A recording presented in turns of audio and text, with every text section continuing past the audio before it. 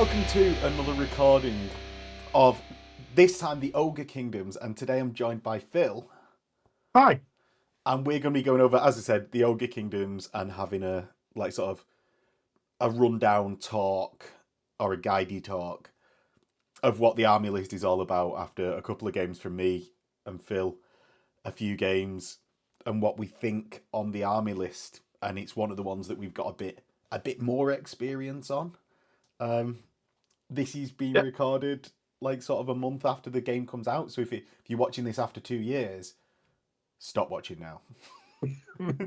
So yeah, what we're going to be doing is going over a brief rundown of the Ogre Kingdoms. Then we'll go into the characters to give a bit of context, magic weapons or magic stuff, and our thoughts on like maybe builds for characters. And then we'll go through the units in, I don't know, maybe just like the book order, and see what we think of them and any sort of decisions that you should be having while list making and things that might influence that decision. Like, I don't know, are Noblars actually any worth? Is it worth you painting 30 of them for a 2-point model each? And bulls, how to run them, I think are the two topics off the top of my head, because they're things that we ran into coming from 6th with units of 3. It's all changed, I think. So, Definitely. Ogre Kingdoms, to start with, Phil.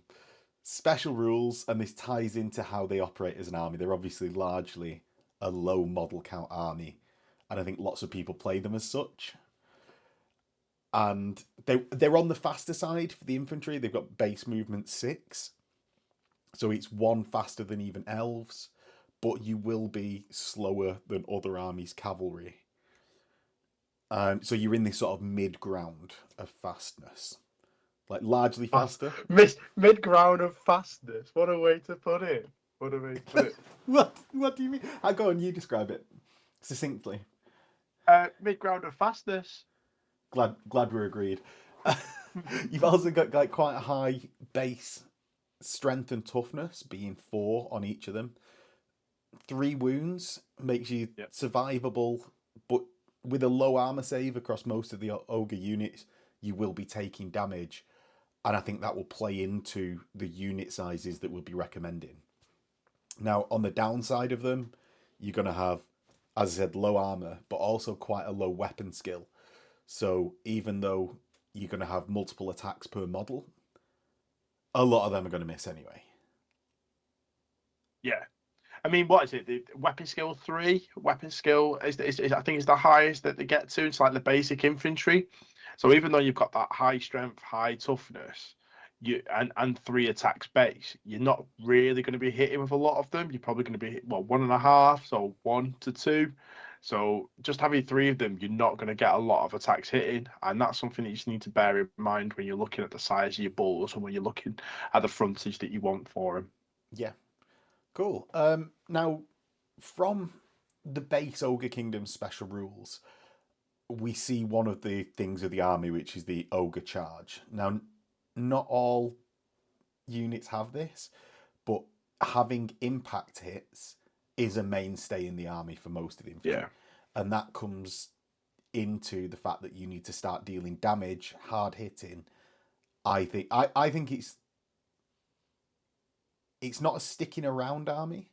It's actually weirdly not quite glass hammer or glass cannon, but it's like shock infantry that you need to be breaking things as fast as possible.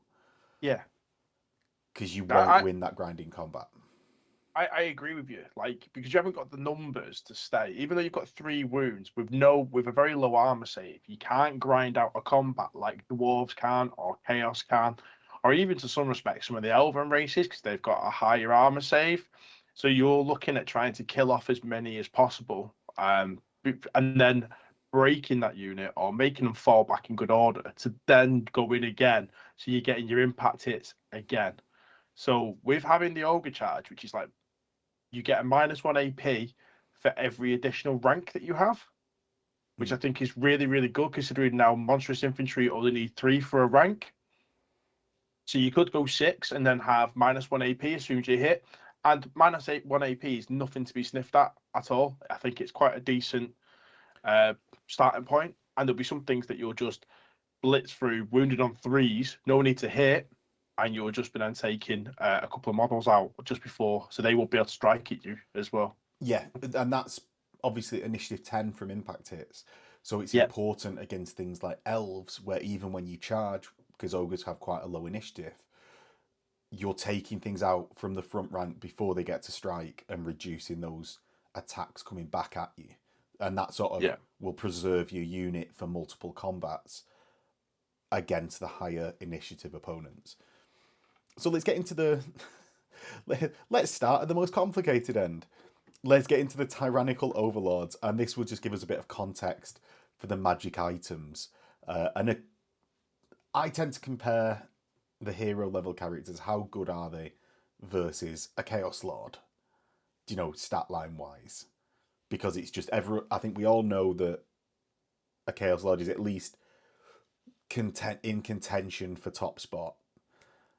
Toughest person out there, isn't he, really? I mean, a Chaos Lord is the toughest person out there. So I think when you're looking at it, it's like, I think that's right. How do you compare to a Chaos Lord? Or is it a Bretonian Baron now, which is exactly the same, Duke, I think the Duke is on a couple of stats, they're behind Chaos Lord. Right, okay. But they're near comparable. Right. So we've got the 2, which is your Tyrant, which is the Lord level. Movement 6, which is based across the army. You've got Weapon Skill 6, so it's 1 less than Chaos Lord. It's the same as a Bretonian Baron. So that's the sort of our Exalted Champion level. So we are lower in weapon skill, which is pretty consistent across the army. You've got Strength, Toughness 5, which is on the higher side of everything. I mean, it's the same as a Chaos Lord, but that in itself is very good. And with 5 wounds, you have got the most base wounds out of anyone around. Or at least on foot. Yeah. Initiative 5 means that when you're charging, going to Initiative 8, you will be going first other than against elf stuff. Yeah. Or stuff with strikes first. And Leadership 9 is fairly common for the Ravening Hordes lists, where you've got more this like central authority. Yeah, you tend to see a little bit of a lower leadership in the Ravening Hordes lists. So this kind of ties up with that at Leadership 9. I mean, you've got 5 attacks as well with the Tyrant, which is really good.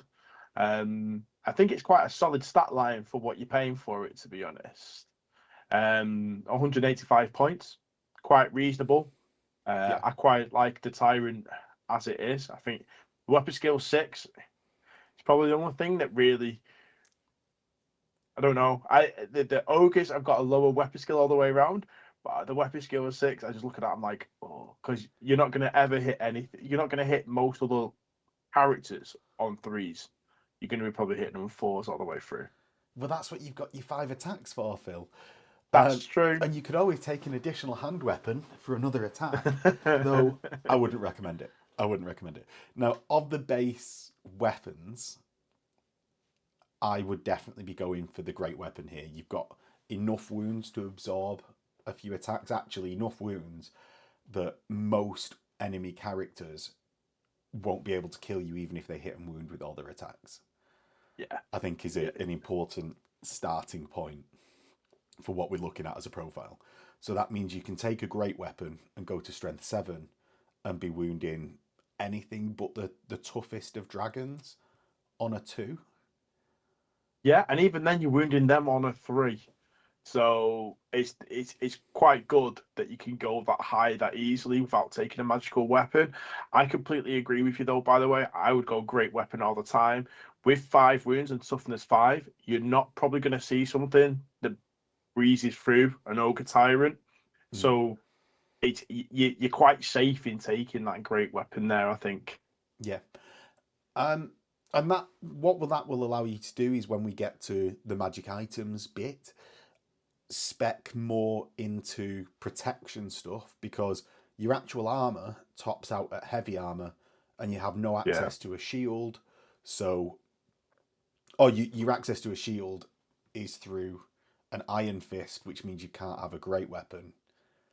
Yeah. So yeah, it means you need to invest more into like Talisman of Protection, random magic item of regen, magic of regen. And we'll get into that at the magic items bit. Now, you can be mounted, and the only mount you have access to the Stone Horn, and Iron Tusk. Thunder Tusk. Thunder Tusk. I always call it an Iron Tusk. I don't know why. Yeah. So basically, both of these sort of skyrocket you in wounds of +4. They both give you +1 toughness, so you'll then be toughness dragon at toughness 6, so comparable to everyone else. Now you strength 6 on these creatures is strength of dragon, wounding most things on 2s, and they've both got 4 attacks. Now where the difference comes in, so the difference between these two comes down to in these special rules you've got stone skeleton on the Stone Horn, which means that you're immune to multiple wounds. And you also get impact hits D6 +1 rather than the Thunder Tusks 3 with 3 stomp, or D3 with 3 stomp attacks. So the Stone Horn has the chance of doing more at the start of combat. Now, the Thunder Tusk, Numbing Chill, does have a rule to mitigate that you're coming at the end of combat, because anything in contact with the Thunder Tusk is at weapon skill and initiative -1. So Phil, which one do you prefer out of them? And then we'll go on to whether we would mount our Tyrant. Oh, you see, I think they do 2 different things here, to be honest. I think when you're looking at it, the Stonehorn is where you're going after other big monsters. Because if you've got somebody on a big beast, they're usually going to have like a weapon that is going to start doing some serious damage. So being immune to like multiple wounds makes it really, really good staying power. And also being able to clink off some wounds straight away when you charge, I think is really good, because those impact hits are done at -2 AP. Yeah. Where I find the Thunder Tusk is more for going into a unit, because you're going to negate the ranks. You're probably going to kill the things that are there quite easily, and then do more to start building up that combat res, where your terror then start going to take into effect, where you're going to get that -1 leadership for the terror. So I think that's where that's how I see them. Is it different? That's how I see them differently, to be honest, in my head. Yeah. So I would agree with you there. Like, you want the Stonehorn will help you with other character hunting more if you're going things with multiple wounds. It also has, I've just noticed, the full plate versus heavy armor, so that is a way to get the 4-up save on your Tyrant rather than being stuck at 5-ups from the heavy armor, which you can get anyway on a Tyrant.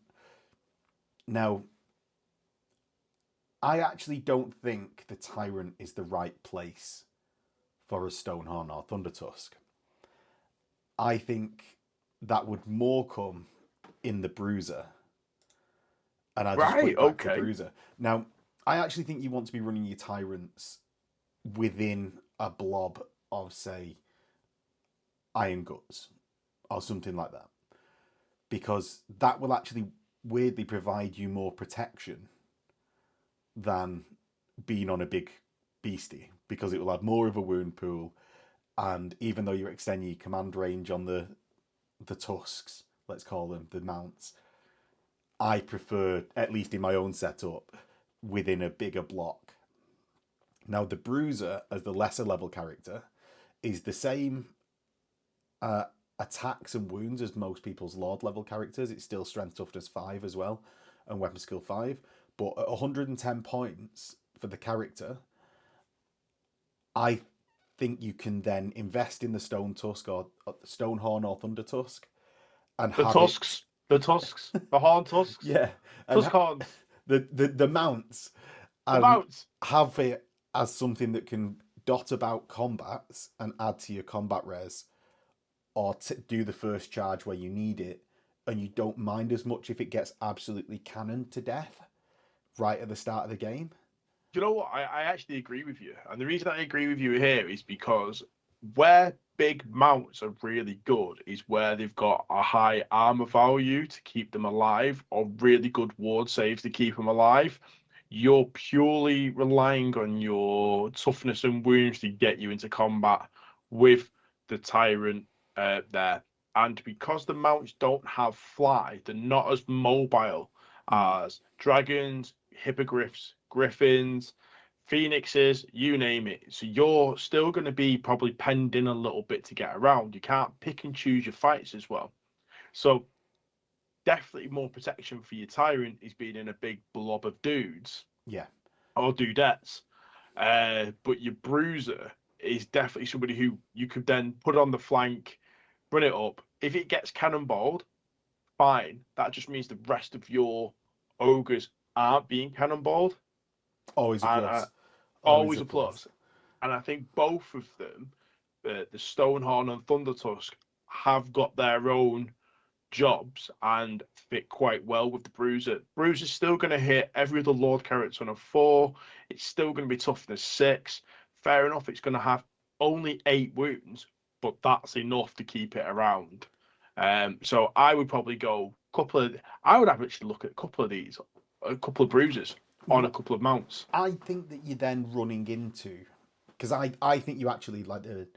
Why would you ever take a bruiser? And I think one of the jobs is to be on the Stonehorn or Thundertusk, as you said.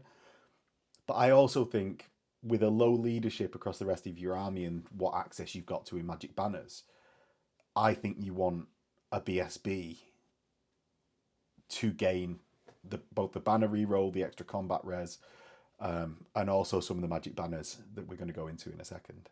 So how many? So always definitely taking a tyrant. You reckon? You always taking a tyrant? I think at the moment, an ogre. Yeah, I would look at always taking a tyrant. What would you take as a bruiser? Would you take one on a mount and then one was a battle standard bearer? I'd probably take the BSB first because ignoring someone's ranks is nice, but and I know it helps against hordes that you can ignore their rank bonus for their leadership, but having the BSB with the magic banner, I've really liked in my games, and it's 2 or 3 combat res from the Thundertusk or Stonehorn, and it's +1 for the BSB anyway. So that would be my like order of preference for them. Yeah, works. I mean, to be honest, I think the other thing as well that you need to look at is that you lose quite a lot of the special rules for the Tyrant and the Bruiser by putting them on a mount. So they've got bull charge, so their impact hits are always at -1 AP, which is a really good benefit, especially if you've got a second rank. You're at now -2 AP for your impact hits. Each bull and tyrant does 2 impact hits each, which again, another massive bonus. And the other thing as well, it's got inbuilt armor bane. Yes. So I think that is something that's really, it's going to catch people out that way. Your great weapon then is -4 AP. Yeah, and you've got enough attacks to start actually making that go off quite a few times. Quite frequently, yeah. Agreed. Shall we go into the magic weapons and stuff, Phil? Yeah, I say magic weapons, but so you've got the Thunder Base for 90 points. It's basically a great weapon with magical attacks, and rather than attacking normally, you can use to make a Thunder Strike attack. If you do, roll to hit. If successful, blast marker over the center of the unit that's hit. Any model risk being hit by the weapon. If you didn't have to roll to hit there, I think it was worthwhile. I personally don't think this is worthwhile because it's 90 points. I can't even take a Paymaster's coin to re-roll the to hit. Yeah. So it's just too much points investment when really the great weapons, what is it, 6 points or 4 points? Most of the time, I'm going to be using that anyway. So if you look at this as well, so a third of the time it's going to miss. because you're always going to be hitting on a 3-up, pretty much, because your Yeah. weapon skill is 6. And then when you start looking at the fact that the template goes over and everyone that it clips rolls a 4-up to see if they're hit by it, it starts reducing quite significantly how many people you're actually going to be able to damage with this. So I just think, for me, I would rather have a great weapon, because with a great weapon, I've got more chance of actually doing that consistent damage all the way through. So that's where I would come from. Again, though, this would be Armor Bane -2, because it would stack with the Bulls, so the Tyrants and the Bruisers. Natural rule. Armor Bane, yeah. Yeah.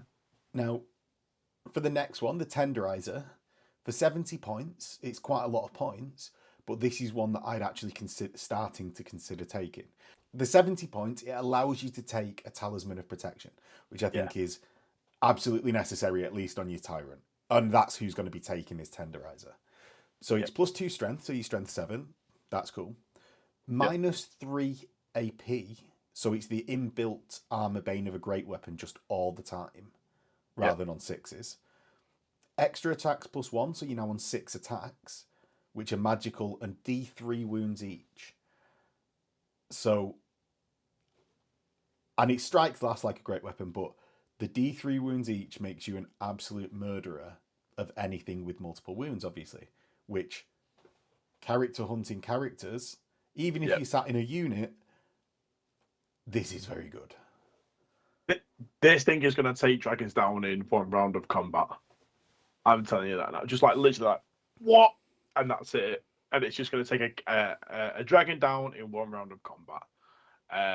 You know, you're hitting on 4, You heard you're it here wounded on first. 3. Yeah. Watching it, I was like, hey, give me kill the dragon in 1 round. And I was like, but you know, you're hitting most characters on 4s, you're wounding like big beasties on 3s. You know, it's gonna start just plinking wounds off really quickly. You've got enough wounds that if you are going last, you're not really that bothered. You're not going to get that many through. So no, I really like this weapon, and I'm not a big fan of big point weapons, but at 70 points, I'd like, oh yeah, I think I'm going to take that. Now, actually, if this was 1 point more expensive, I'd be like, nah, it's too expensive. Don't do it. Don't ever touch it. Yeah. But because it's in that 70 points range and you can get a 5-up ward along with it, I'm in. Take it. Yeah, I'm all in. The Skull Plucker, 45 points. Strength User, Killing Blow, magical attacks and strikes first. It's quite nice. It's quite expensive. Like, Killing Blow is good, right? But and strikes first on a low initiative model, good. It could save you from stuff, but I don't like fishing for them 6s personally. The multiple wounds, like all the time on the Tenderizer, I would go for, and then my bruisers, I don't want that expensive anyway. And in a dragon combat, I don't want to be relying on 6s to kill like a dragon. I know you can't kill a dragon with it, but like just as an example. I like the strikes first. No the AP, killing blow. I mean, the killing blow is fine, but that's the problem with this for me, is that because it's got no AP, the natural armor bane that's built into a tyrant and a bruiser never gets used, because as soon as you roll 6s, it ignores the armor. So if this had like -1 AP and killing blow, I'd lean a little bit towards it. I would be going for it with a tyrant, just to try and fish for those 6s a little bit. You're not. But when I can charge into a unit of Etonian Knights, Chaos Chosen, and literally not do a single wound. And I think this is a game that you've got of me where I charged into a unit. It's out. If somebody wants to go watch it, it's Warriors of Chaos versus where Ogres. I charge in with a giant blade and don't do a single wound because I forgot that I was relying purely on armor bane.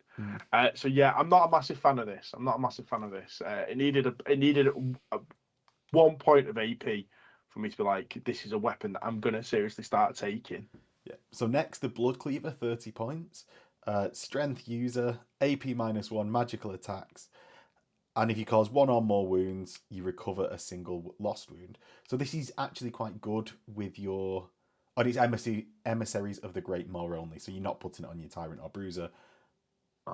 But being low number of initiative, and on Emma series of the Great Maw, as we'll get to them, you'll be losing wounds frequently. To put it mildly. Yeah, I think it is potentially worth the investment if you're going to go that route.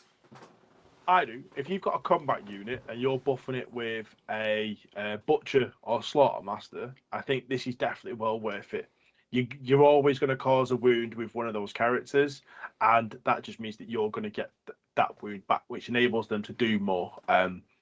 We'll go on to Great Maw in a second, as Max says, but your wizards are, tough, to say the least. Tough.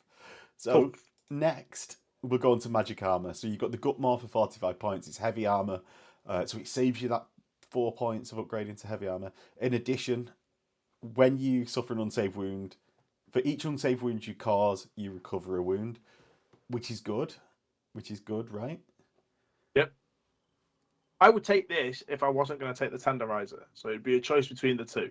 Yeah. So I'm either going to challenge everything that I can possibly do. I'm just going to you, throw them all out all the time. And if I wasn't taking the tenderizer but taking a great weapon, I would be taking the Gut Maw, because just getting those wounds back just means that, you don't have to do anything. I just have to kill something, and my ogre is always going to kill somebody. Oh, you don't even. It's just an unsafe wound. Well, that's the thing as well. So does overkill mean that I get my wounds back? So I could be on 1 wound, do 4 wounds for overkill because they're all unsaved, and off a 1 wound model. So I don't know. I'm just saying that that's something to possibly discuss with your opponent before you do it. So Mastodon armor, and we're agreeing quite a lot up to now, Phil. We need to find something to fall out on, but it's not going to be the Mastodon armor at 40 points.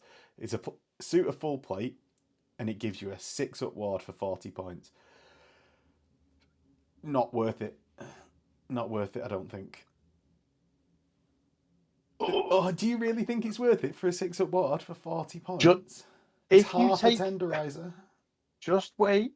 If you take this with an Iron Fist, you've got a 3-up save, which is the only chance you're going to get a 3-up save.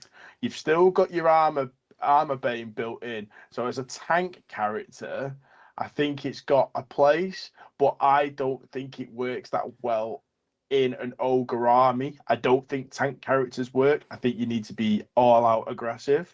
Yeah, I do get the idea behind it of having that 3-up save, fall back on a 6+.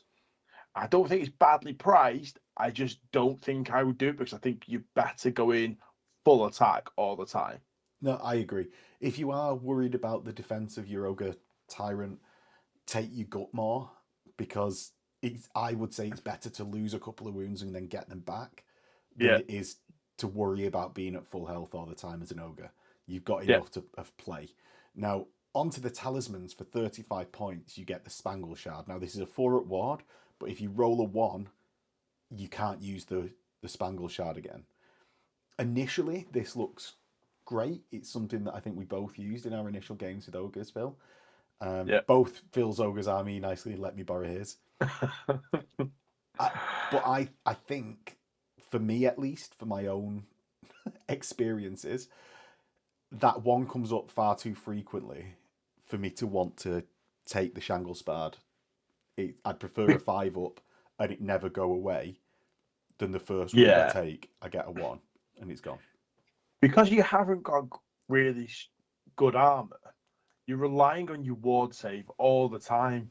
So you're taking more saves on your ward than you are actually on your armor. And because of that, you're going to be using this. If you're throwing 3 saves, you're throwing 3 ward saves. In fact, I'll go as far as to say there's fairly little point upgrading from light armor to heavy armor. There's fairly little point doing it. And that's a bold statement, because most things are going to ignore it and you're going to be on your ward save. So just the fact that it can be gone. I'd upgrade.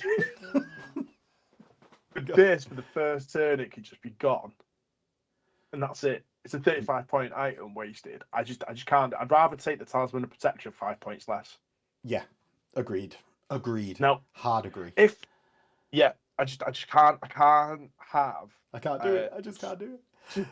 260-point character that's got a useless bit of gear on him. I couldn't do it.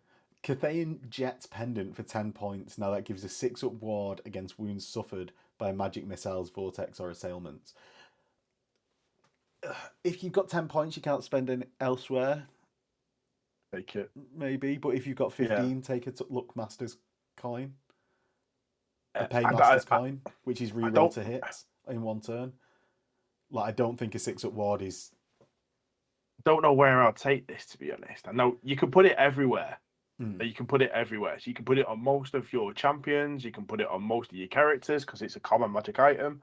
But I just don't know why I would take it, because I think there's better stuff that you could probably give your champions. Do you know where people could take it, Phil? When they journey to Cathay as part of a trade caravan for our upcoming event.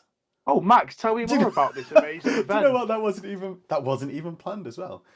But no, if you want to go to Warhammer Fantasy Narrative event, there'll be a link in the comments, and we've released tickets last week from recording this. So yeah, I wouldn't bother taking it, anything but narrative reasons, or you've got 10 points and nothing else to spend it on. But I'm sure you'd find something that's more worthwhile for 10 points. I've got 5 Noblars. Magic Standards, Dragonhide Banner, 45 points, and this is where your Bruiser's going to start coming in with a banner. May reroll any to hit rolls of 1. In addition, you gain Flaming Attack, so if you're playing Tomb Kings, good. And rerolling like a third of your misses is good. It's not too expensive. It's not like a 70-point Magic Banner that's just absolutely horrendously expensive. What you can also take this on is units of Iron Guts, or bows, I suppose. Bows. But I think this is very good because it's 45 points. It's quite cheap. You can put it on your Iron Guts, and obviously a third of their misses getting rerolled into hits, and then they've got great weapons. Very good, I think. Man-Eaters are also a good shout for this as well. Man-Eaters can take it. I think that's worthwhile just looking at their Man-Eaters having a great stat line. But yeah, really good. Great banner, basically. Great banner. Yeah. So then Rune Maw, 40 points. Basically, when an enemy wizard targets a unit carrying this banner on a 3-up, the wizard's controlling player must choose another target. If there's no other viable targets, it cannot be cast. Quite good, because when in that clutch situation, someone wants to get off a hex, you're just like, 2/3 of the time, no. And it's quite cheap as well. Now, I would go for the Dragonhide banner over this, though. Yeah, I probably would do, and also make sure that you've got units surrounding this one that are disposable, cheap, and you don't care about. Noblars. Now imagine if you do this and you've got 2 units of Iron Guts and it just goes on to the other one, or it's 2 units of a unit of Man-Eaters and a unit of Iron Guts, and it goes on to the other one. I think you've got to be really careful about where you're placing your models all the time, and I'm not that careful. So I really like this banner. I just don't think I've got the tactical knowledge, brain power to actually use it as good as effectively as it should be. It's just wasted if there's nothing else in range. So you could just deploy solo. But then I think the unit that you want this on probably isn't deploying solo. Exactly, that's the thing. So I quite like this. I like the banner. I've got no problem with it. It's, again, user error. So Cannibal Totem, 30 points. Now this is the one that I think you want on your Battle Standard Bearer. So it's a unit carrying the Cannibal Totem, gains regen 5-up, but can only roll a single d6 when pursuing. Regen 5-up on a unit is incredible. And to have it on a banner that you don't need to cast anything to get it for is incredible. Yeah. The downside is why I think you want it on a BSB, and that's so you can selectively have him in whatever unit, so that you're not forced to always have it in your Iron Guts if it doesn't make tactical sense in that game. And that's where I think the Dragonhide banner gets knocked onto the Iron Guts. And this is taken by... Yeah, I mean, great banner, really good. Regeneration 5-up is just basically like, it's kind of like a 5-up ward, if you think about it. Well, if you can get a ward, Phil, you can also have a 5-up ward. So Yeah, if but you've got a I lot think of tyrant in your unit, he can have a 5 up, 5 up with the yeah, tenderizer. exactly. Bonk. And that just means that he's sticking around more. I mean, Yeah, if you looked at it and had, you know, Tyrant with Great Weapon, Gutmore, Talisman of Protection, and then in another unit of Cannibal Totem. So even if he does lose a wound and doesn't able to regen it back, he can get it back he's from got the to be nigh Gutmore. unkillable, really, isn't he? Yeah, nigh or yeah, nearly unkillable. I think it's a brilliant banner. Really like this one. Yeah. Bull standard, 20 points. A reroll failed rolls to wound when resolving impact hits. Well, I think you actually want at least one on one of your units of bulls. I wouldn't put. I'd put it on the next unit of importance down from where the Dragonhide banner is, and your BSB with Cannibal Totem. I would take it for 20 points because getting that initial like breaking charge relies on getting loads of wounds, killing your opponents so that you can outnumber them and then do them off. There is a unit that we've not mentioned yet, and we're going to go over that in the cavalry list, which I think just screams this banner all the time on it. It just screams all the time that it should have this banner. And that's Mornfang Cavalry. I think with having D3 impact hits on it, I just think that is something where this banner needs to go, because you've got potential of 3 to 9 dice that you're rolling, and just being able to be consistently looking at wounding. Then I think this is where that banner really shines for me. Have they got a 50 points point cap as well? The Because, magic banners. yeah, although I favoured using the Cannibal Totem on the Mournfangs, if you didn't want to have your unit only pursuing 1d6, you could put that on Mournfangs and then always use your what's it called, the extra d6. Why is my brain The going Swift blank now? Stride. Swift Stride. Swift The Stride. Cavalry Nurse. You use the Cavalry Nurse to get an additional d6, and now you're pursuing 2d6. Like, Yeah, I think that's a really good shout on that as well, to looking at that unit. no, But I think I the agree. Bull standard is really good. 20 points is so cheap for it as well. Yeah. So cheap. It ties in really nicely, doesn't it? Yeah, with yeah. what they're trying to do. And one thing to say about this section, the Rune more I think is more situational, but all the other three I would take in every army that I write.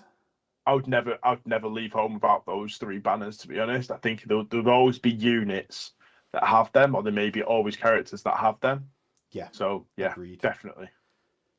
Enchanted items, we get the Jade Lion, 25 points, re-roll for any failed panic, fear, rally, or terror. Good for a unit out on its own, especially when you can upgrade a champion to have a magic item.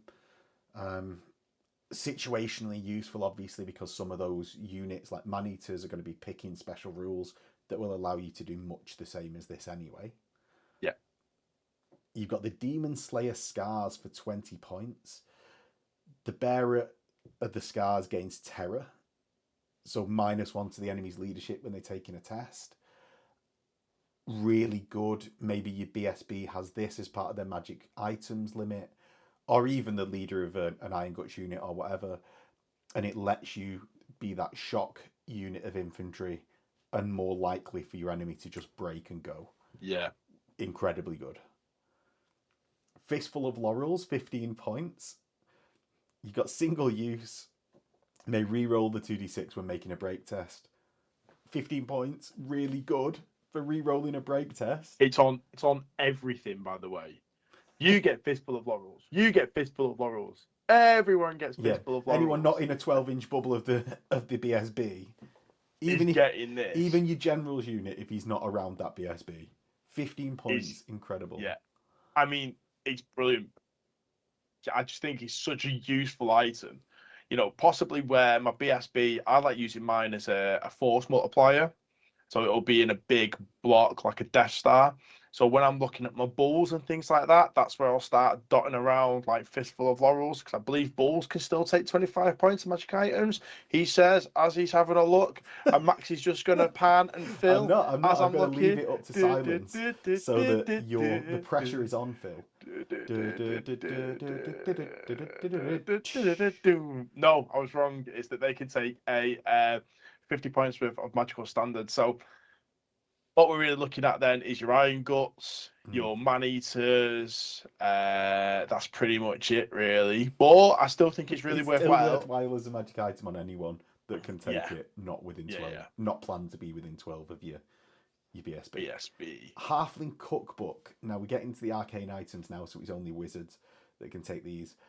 The bearer of the Halfling Cookbook increases the command range, dispel range, and the range of a single spell chosen by the controlling player by 3 inches. It's good, especially for the dispel range. Good. I would have this not on the same model that I've got. Or I wouldn't be taking a Lord level Emissary of the Great Maw. Like, I'm just going to say it now. And by that I mean the higher level. And I wouldn't put it on the same person as I've got the Blood Cleaver because I don't have the points for that. I would take a Slaughter Master, and I would put this on a Slaughter Master. Oh, we can talk about this later then when we get to that entry. So I would put this on a Slaughter Master, and I would take it on a Slaughter Master, and it would be the first item I look at taking, because just to be able to go, because most spells have got a 24-inch range, and just to be like, I'm in 27, I can now dispel that, and a level 4 is so oppressive in dispelling stuff.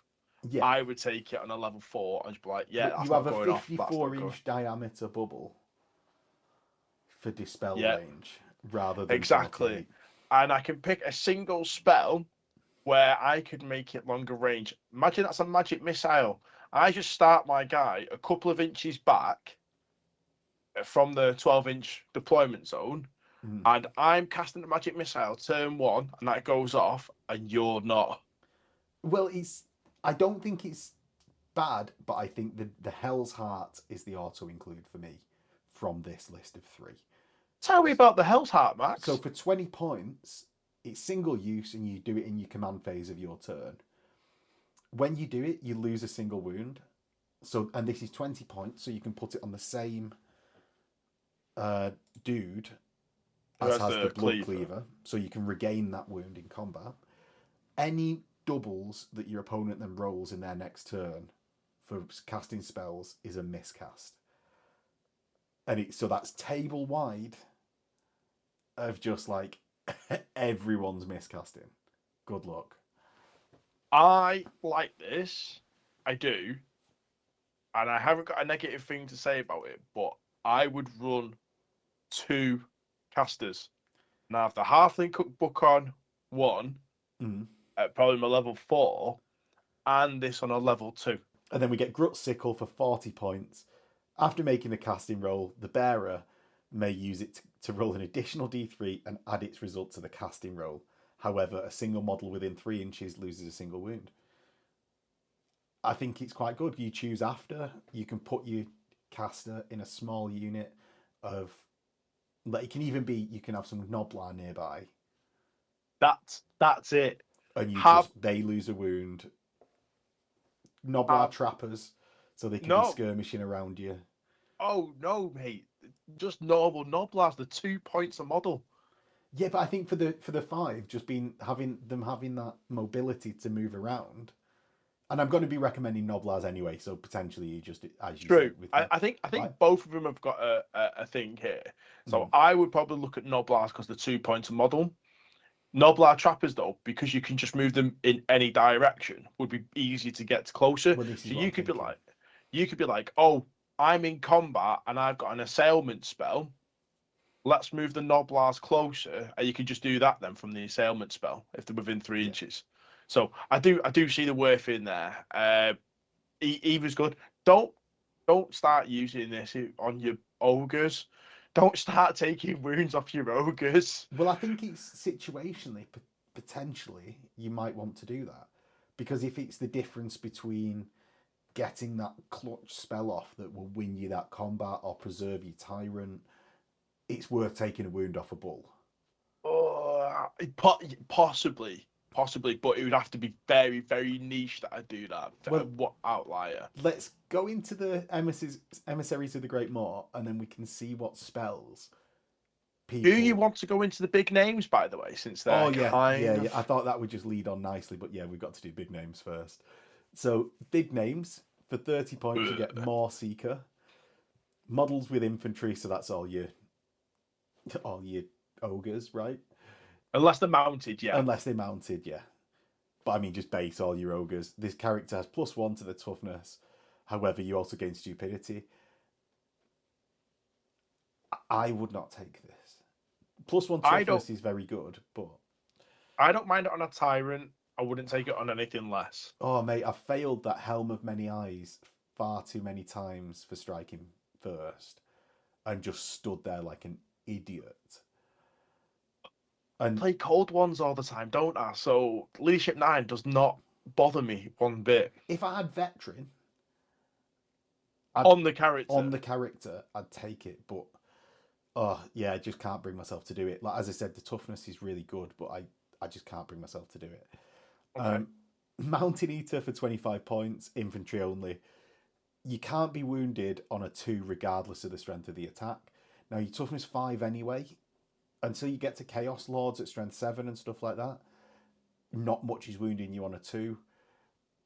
It's potentially worth it if you're making like a super character hunty character. Like say maybe you've got your Bruiser on a Stonehorn. You want to put it on there. Oh no, you can't even put it. You can only put it on infantry. But I forgo stuff like this because it's only changed that 1 point of difference. I would need to know who I'm fighting to want to take this, and that's something that I don't like. So if I know that I'm fighting your Chaos, I'll be like, "All right, there's going to be a Chaos Lord. I want to get to challenge." I can't do that. But it's one person. It's one person in the entire army. So, and I don't tend to tailor my lists against an army, so I just don't think it's worthwhile, to be perfectly honest. No. Now, if you happen to be facing Chaos or stuff like that a lot, that's going to have strength 7 all the time, maybe you'll value it as worth it, but I don't see it personally. Giant Breaker, 20 points. The character, but not their mount, has +1 strength. However, you can't refuse a challenge. Now, here, because you've not got stupidity, +1 strength, it will help you against those, against like dragons and stuff, big scary characters. It's not helping you loads if you've got a great weapon against anyone else. So it's a toss-up, because I think you always want to go great weapon. Most of the time. I like this, actually. As a challenge lord, I like this because you're wounding every lord on a 2. Yeah. No matter what they're on, you're wounding them on a 2. So no matter if they're on a dragon or, I don't know, some half-mountain rock beast thing, you're always wounding it on a 2. So for a challenge lord, I always like this. Yeah. And the thing is, they're going to have to, like, if you're going in and piling into a unit, with a tenderizer, this, wounded on 2s all the time, the person... Well, you're having strength 8 with a tenderizer. Oh, no, you spend 7 because it's minus 3 7. AP, yeah. So you're having to challenge. So feed me a sergeant or a champion. It's fine. Because when I've won combat and I'm charging again, I'm going to have to challenge again. So unless you're retiring your you just combat can't refuse, so I thought you I don't had have to to declare. As an ogre player, I don't have to declare. So I can just whack into the unit. I read that the wrong way around. Impunity. I thought they had to always challenge. Fair enough. So I would still be challenging all the time with this character just because he's scary with strength 8. Yeah. Now I still would be. The next one is the one that I think personally for my tyrant. This is the one that I want. Is the Kin Eater, 15 points, so it's cheap. Unless you're at your general, your character is fleeing, can only be put on your general. if you're within the general's command range, that's 12. You can reroll panic or rally for other units. So I think it's brilliant. It means that your BSB and your tyrant can be elsewhere from each other. Like, it's not often, but even for 15 points to ensure it in case it happens, I really like. I'm a fan of it, actually. And since you can only take one, I think this is the one that's going to be on the general all the time, to be fair. Yeah, well, even for 15 points, if you've got, say, I don't know, just plucking off the top of my head, a 5-wide unit of ogres, so that's 200 mil wide. Having your BSB at one end and your tyrant at the other gets you different bubbles of that panic and rally.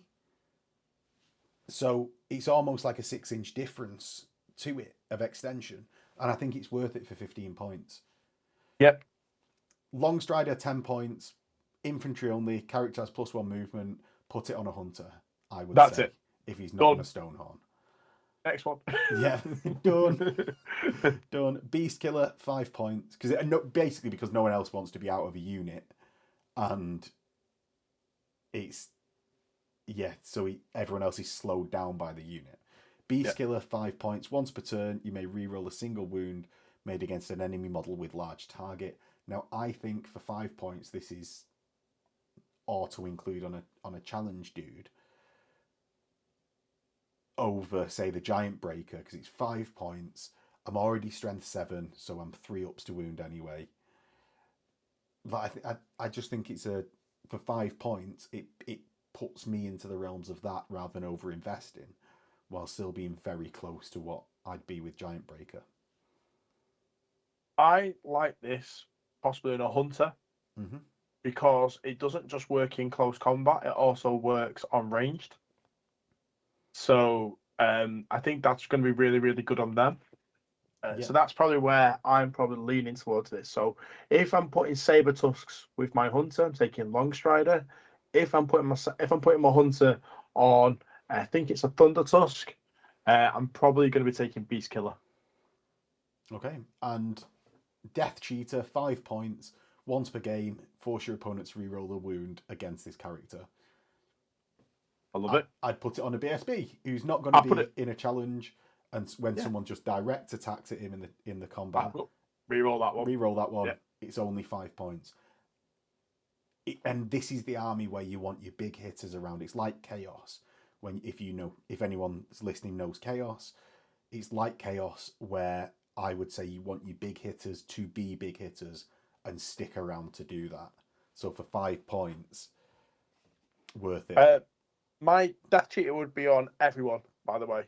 I just put it on everyone. And what I mean is, like, if I'm not taking Beast Killer or Longstrider on my Hunter or King Eater on my Tyrant, everybody else that I'm taking as a character will have Death Cheater, because I just think it's really, really good. For 5 points, it's just really, really good. Yeah. I wouldn't ignore that.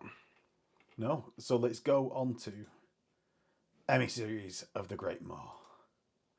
And that's Slaughtermasters and Butchers. It's 230 points or 110 for the Slaughtermaster versus Butcher. Now they've got basically Ogre Bull stat lines, by which I mean that's a terrible way to say it. I'll say it is. It is a terrible way. Well, that's how I think of it. So the Butcher is weapon skill 3, strength 4. Yes, it's got toughness 5 and 4 wounds, but it's initiative 2, 3 attacks, same as Bulls, leadership 7. 105 points is quite cheap for what it is. The Slaughtermaster has the upgrade to weapon skill 4, still strength 4, but toughness 5 and 5 wounds. I know the toughness is the same, but the 5 wounds is a big deal. 4 attacks, leadership 8. Now, it's a wizard, and they can both be upgraded from 1 to 2 or 3 to 4 in the case of the Slaughtermaster for 35 points each. Level 4 wizards are good, right? The reason why I think this is a bit of a letdown, that I'm not a massive fan of, say, like the Slaughtermaster level, is within the Butcher's Cauldron. Because Butcher's Cauldrons, you can be upgraded and it causes impact hits 2, Replace Impact Hits 2 with Impact Hits D3 plus 1. So your minimum is the same as it used to be. Your average is 1 more, and you can spike to 2 more. During the command phase, make a leadership test. If passed, the unit that they're in gains regen 5. If failed, you lose a single wound. I think you've got such a low leadership, and it's so many points to do this. It's made me question the validity of it as a strat.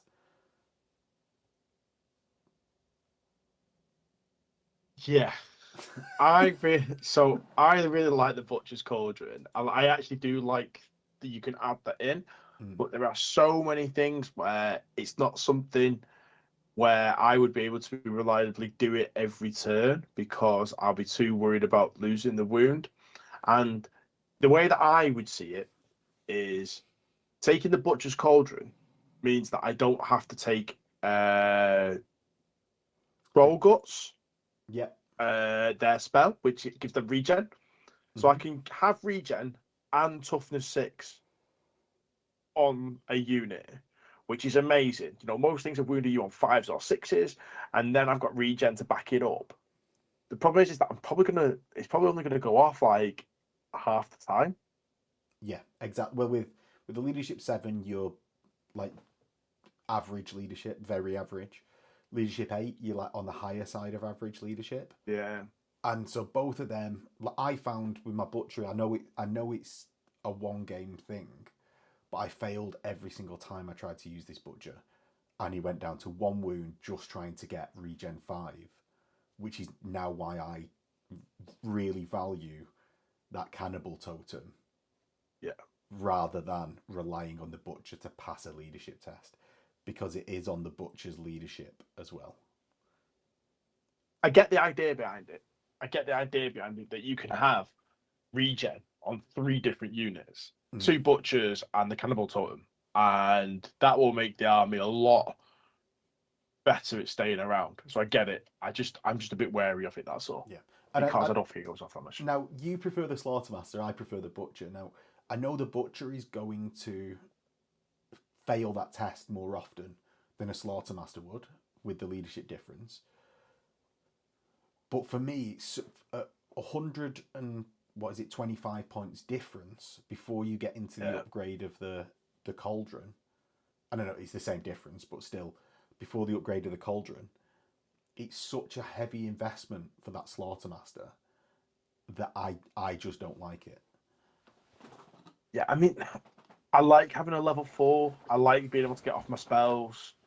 But when I'm looking at this, then it's a 300-point model before I've spent any sort of money or points, on upgrade items. Yeah. So that's where I'm probably not. Are you changing your mind? No, I do like having a level 4, but the thing that will come into my head is, am I taking a level 4 or am I taking a Tyrant? And I think these 2 very different army lists there, where you decide to take one or the other, where in most other armies you'll see probably one Lord level, if you like, Lord level combat character, and one Lord level caster. I don't think you can do that in Ogre Kingdoms because there's just not enough points. Yeah, by the time you've got your Tyrant, your Bruiser BSB, you're hovering around the 500 mark. Nearly, yeah. So I just don't think there's enough points. I think you either have to go magic heavy or combat heavy. I don't think you can do a mix of both like some armies do. Yeah, and I think the Tyrant, for me personally, is so worthwhile for getting that, like, the hammer bit of the glass hammer. Yeah, like, I think the Tyrant is so worthwhile for that. Yeah, I think for that, I prefer the Tyrant in this sort of army. Now, saying that, let's just quickly go over the lore of the Ogre Kingdom. So you've got Toothcracker. It's a 7 or 10 casting value, range 12. And if the casting value is 7 or more, you gain +1 toughness. If it's 10 or more, you gain +2 toughness, but it's only for your turn. It's not for the full game round. Situationally useful. Not the best ever. No, I agree. Because it only lasts for your turn. If it lasts a round and not a turn, I think that'd be better. Mm. A lot better. And I'd be like, you need to take this all the time because what's better than trying to roll a 5-up regen? It's not having to roll it Yeah, because your strength is too high.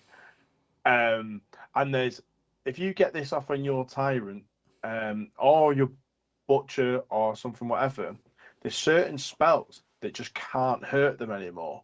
mm. So like Vile Tide is the thing that comes to mind from the Beastman book. It's strength 1, it caps out at toughness 6, it can't hurt toughness 7. So you start getting these things where it can't certain items and magic can't hurt them, or can't hurt certain characters in your army. So Yeah, I quite like it. Also, yeah. yeah. So you can target a friendly unit, by the way, as well, which could mean that you can be putting that Stonehorn or Thunder Tusk on toughness 8. Yeah, yeah, true. And it's, I mean, if you get the 2 toughness from this, if you've got the stupidity, toughness, big name, you will be toughness 8 then as well.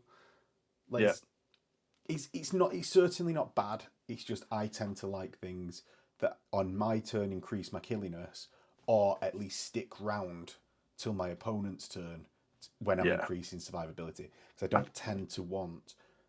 I don't want to make those charges or set up those charges where, oh, I really need that spell to go off for me to win my charge. I Yeah. just don't want to make that charge. It's Is it's my it's view. good. It's good, just not great. I Yeah. think that's where I come down on it. It's good, not great. And if it was round, it was great, but it's good at this moment in time.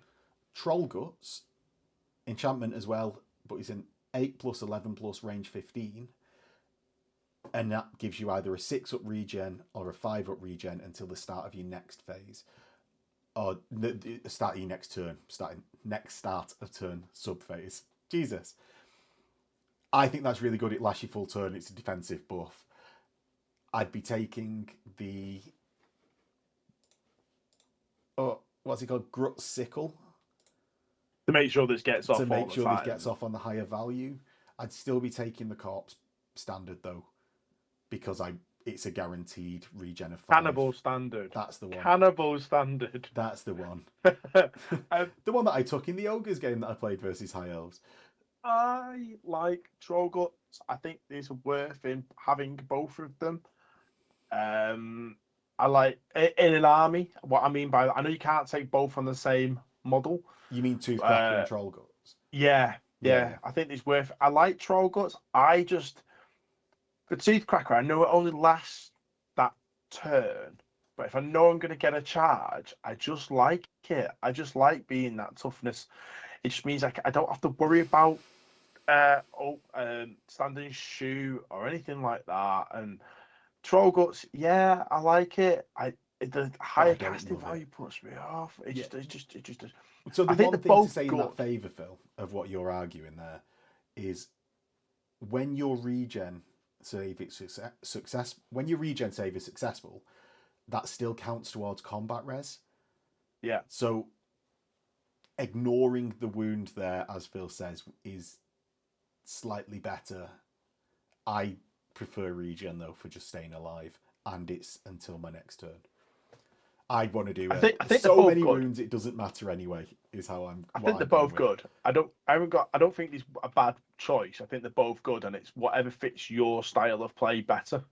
Yeah, potentially even a Slaughtermaster, which isn't upgraded with the Cauldron to get these off more consistently, because you'll need a 4 to get Troll Guts off and an 8, and a 7, which is an average roll, to get it off on the higher value. That's potentially where this difference is. And me and Phil have been prioritizing the Butcher's Cauldron too much, Mm, because it costs you wounds all the time so frequently without having any benefit. yeah. But up to now, I've still not seen the massive benefit in it when I can just take the standard to get it all the time where I want it. Next on to Hunters for 115 points. These are weapon skill 5, strength toughness 5, 4 wounds, 4 attacks, leadership 9, so a good leadership. They've got their monstrous infantry, which obviously everyone is, 55-50 base, so don't rank up properly in a unit. They've got great throwing spears, light armor, and a hand weapon.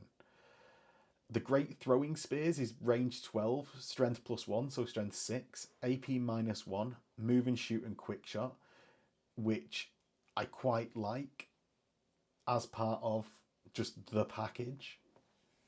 I love hunters anyway, right? I had 2 of them in my old ogre army, and yeah, I just really like them. So I'm going to be slightly biased, even in the face of overwhelming evidence, if there is any. You've got Armor Bane 1, Impact Hits 1, Loner, so you can only join other loner things. Move through cover, useful, and running with the pack, which essentially gives you swift stride if you're with a pack of saber tusks, and your saber tusks lose impetuous because your hunter quells them. Yeah. Now, Phil, you can be mounted on a Stonehorn. I think that's where you want a bruiser, because there's no great additional benefit from the hunter there. I wouldn't say, because you lose your move through cover if you're mounted. I wouldn't take them mounted at all. No. I think they're a great unit. Depending on what you're going after and what is in your gaming group is how you kit these out. So for me, it's do you have a lot? Do you come up against a lot of war machines? If you do, take scouts so you can get rid of the war machine straight away. So right. If you are coming across a lot of beasties, take Vanguard so you can get the short range harpoon shot quicker. So that's the way that I would look at it. And we don't massively favour ambushes, right? I'm just not a fan of paying at least 125 points for a model that can potentially not come on until turn 5. Yeah, and that's why even losing the first 2 turns or the first turn definitely. I'm just not. I prefer to have a threat on the table than a threat in waiting. Now, would you go great throwing spears or harpoon launcher? And the harpoon launcher is range 36, strength 6, AP -2, multiple wounds D3, and ponderous. Depends what I'm going after. It really does. And also, you don't lose the great throwing spears by taking the harpoon launcher. Go on. So why would I take a harpoon launcher then? Big beastie hunter. That's what you're going for, because it's got the D3 wounds. It's got the strength 6, where it's always wounded things on 4s. It's got the high AP, so that's where you're going for the big beasts. Ponderous means you can't overwatch with it and stand and shoot with it. Sorry, that's my Horus Heresy coming out. You can't stand and shoot with it, so you can still move and shoot. So I think it's really good mobile bolt thrower, basically, apart from it doesn't have through and through. Great throwing spears, I think, are there for if you war machine hunting. Your strength 6, so you're wounding war machines then still on a 4. They're not going to have as higher armor, and it's only going to have 2 wounds. And where you can get closer, and you're not taking the -1 to long range because you've got move and shoot and quick shot. So that's where I would do it. One's war machine hunting, one's big beastie hunting. Yeah, agreed. I really like them as characters. You can keep them quite cheap and do that. As the different roles Phil said, like 120, 130 points. Like I think if you put a harpoon launcher and give them either scouts or Vanguard, is like 130 or 129. Quite easy to fit in. And a nice little character to hunt down, as Phil says, the war machines, and just scare the hell out of people because you're a strength 5, toughness 5, 4 attacks ogre, and you'll cause fear with armor bane, well. with armor bane, with impact hits, with move through cover. It's quite a nasty little character, to be honest. Yes, that's why I've just bought one. So on to Firebellies, 110 points, and these are like a lesser caster option. They're level 1 to start, and level 2 for 35 points. They can take a great weapon for 6 points and have Blessings of the Volcano God, Flaming Attacks, Impact Hits 1, Armor Bane 1, Ogre Charge. and you have a 4-up ward against any wounds suffered if they've got the flaming attacks special rule. And you've got flaming breath, strength 4, AP -1, breath weapon, flaming attacks. It's a wizard that isn't going to hurt itself all the time. It's 145 points. I quite like it. It's just a shame it's not got access to troll guts. You don't like it? Not for me. Do you know one of the reasons I like it? Go on. Got a great weapon. And great weapons are Weapons great. are great. Yeah, especially in an ogre list. It's not for me. It's not for me. I just don't see, like, the 4+ ward against anything that has flaming attacks is so situational. It might as well not be there. I would rather it had a basic ward save of 6 that increased to 5 against flaming attacks. The breath weapon is pretty good, but there again, and then not charging a unit in to use its breath weapon. So how I'm looking at it, Phil, is battle magic gets you access to Oaken Shield, and now I can be a caster that gives a 5-up ward. And I know butchers have access to that anyway, but I can get a 5-up ward, and I can use a great weapon. And winning. I won't let you use Oaken Shield whilst using this character, because one of them is made out of wood, and this is an emissary of the volcano god. Okay, it's not. It's Fire Shield then. Fine. As long as we call it Fire Shield, that's fine. Elementalism has some like decent spells in there as well. Like battle magic and elementalism. A Plague of Rust is in there, and I think you're going to need a lore familiar on this guy. But that leaves you the 20 points for the Hell's Heart. I'm not risking taking wounds, and I've got a great weapon, and it's just it doesn't get too expensive. So, having just refreshed myself with what elementalism is, I think I would look at probably taking this to run it out and see how it works. Because quite like because great weapons are great. I like elementalism. There's certain spells in there that I kind of forgot about, and there are some that I think are fantastic.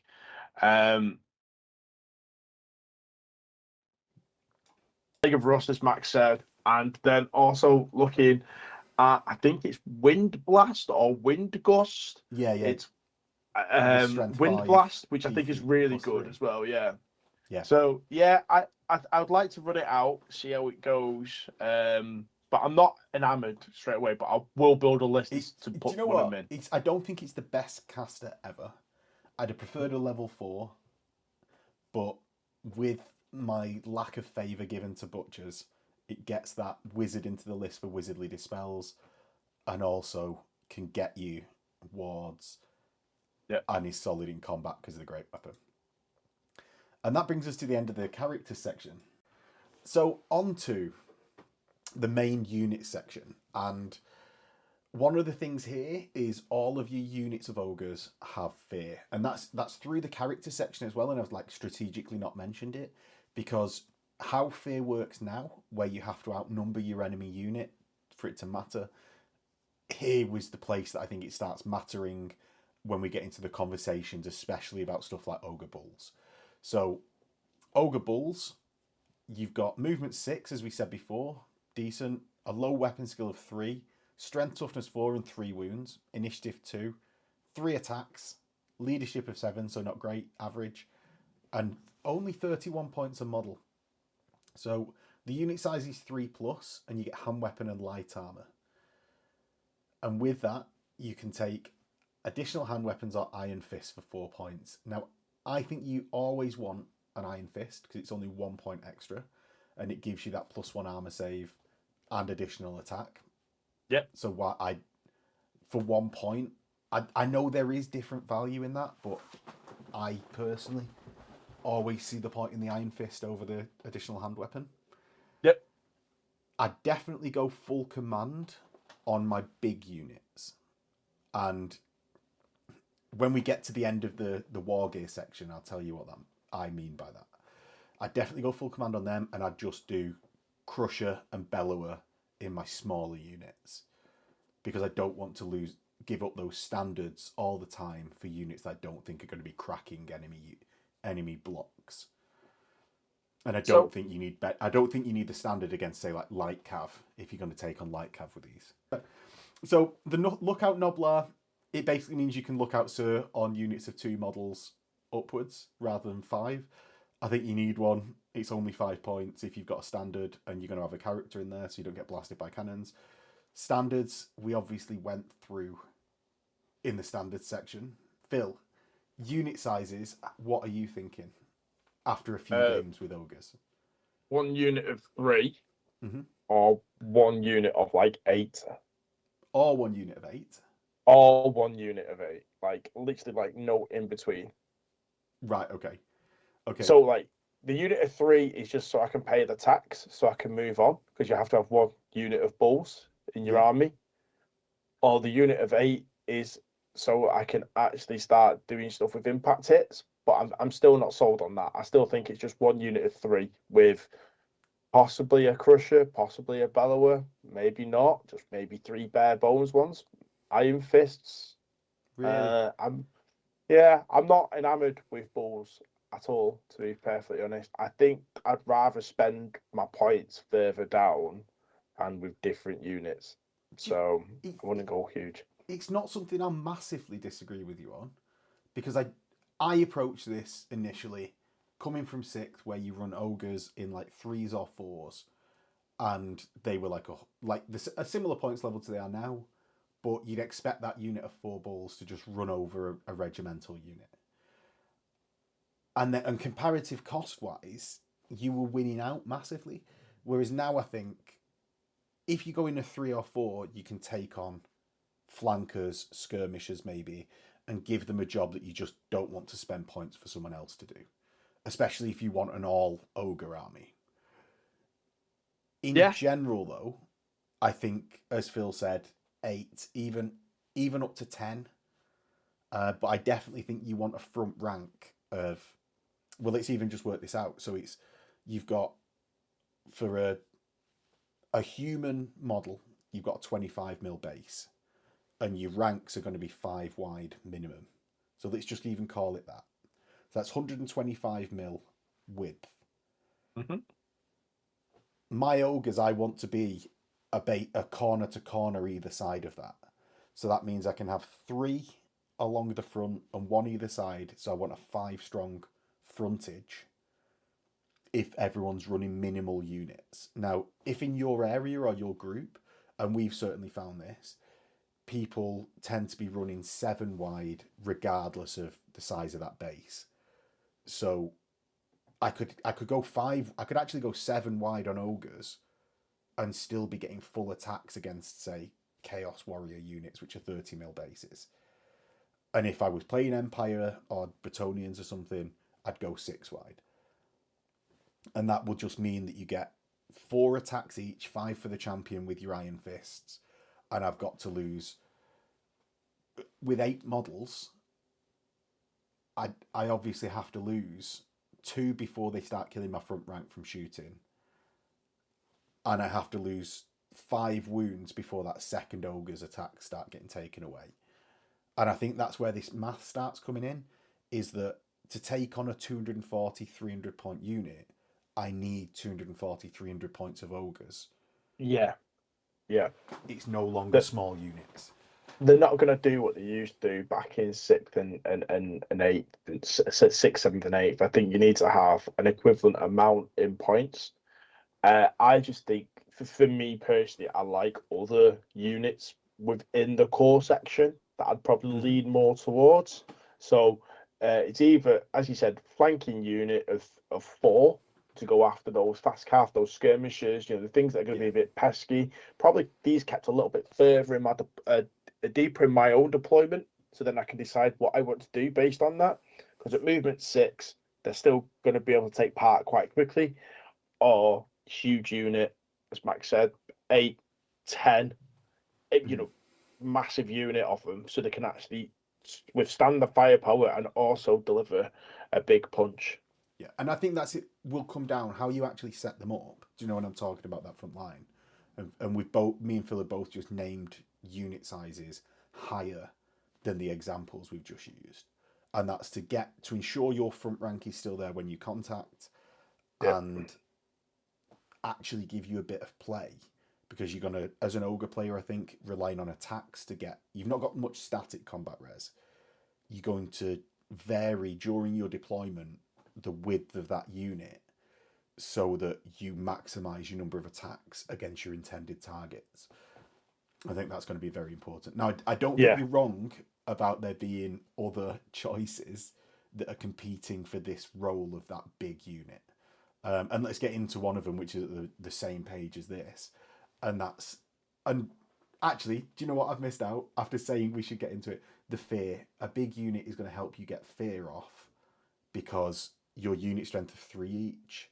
You're very... so you 10's dirty, isn't it? Yeah, exactly. So you'll make something you'll make something be -1 to hit you from fear more often than not if you're taking bigger units. Use that fear to your advantage. Force those tests. Now, Iron Guts for 39 points, so only 4 points more a model than a bull. You get heavy with an armor, Iron Fist. Great, yeah, with an Iron Fist, because I'm just counting them with Iron Fists all the time. Yeah. For 4 points a model more than an ogre with an Iron Fist, you're getting heavy armor, so you've got the same armor save as a bull with an Iron Fist, but you're getting a great weapon. You're already low initiative. You're losing out on 1 initiative on the charge. But for that, you're getting AP -2, which is crazy good for what they are. And they need to do 2 wounds, and an ogre is still alive hitting with a great weapon. Or 3 and it only removes 1 of your ogres. So it's being an ogre just inherently comes with benefits to great weapons, as I see it. So these are what you're comparing, right? As the other unit. So when I'm looking at this here, it's the same options as before, a little bit more expensive with the command stuff. Your Gut Lord is basically a bull with a great weapon and a heavy armor. They are leadership 8, by the way, for that extra point in things, which is great in this army. Leadership 8 is rare, really rare. They're just, I think, better. I can't put it another way than bulls. I just think they're better than bulls. I just think they've got the same benefits of bulls, but can hit harder. And I think that's my thing really with them. I, Phil, agree wholeheartedly. Yeah. And it's because, as I said, about the intrinsic benefits that ogres, I think, have to great weapons.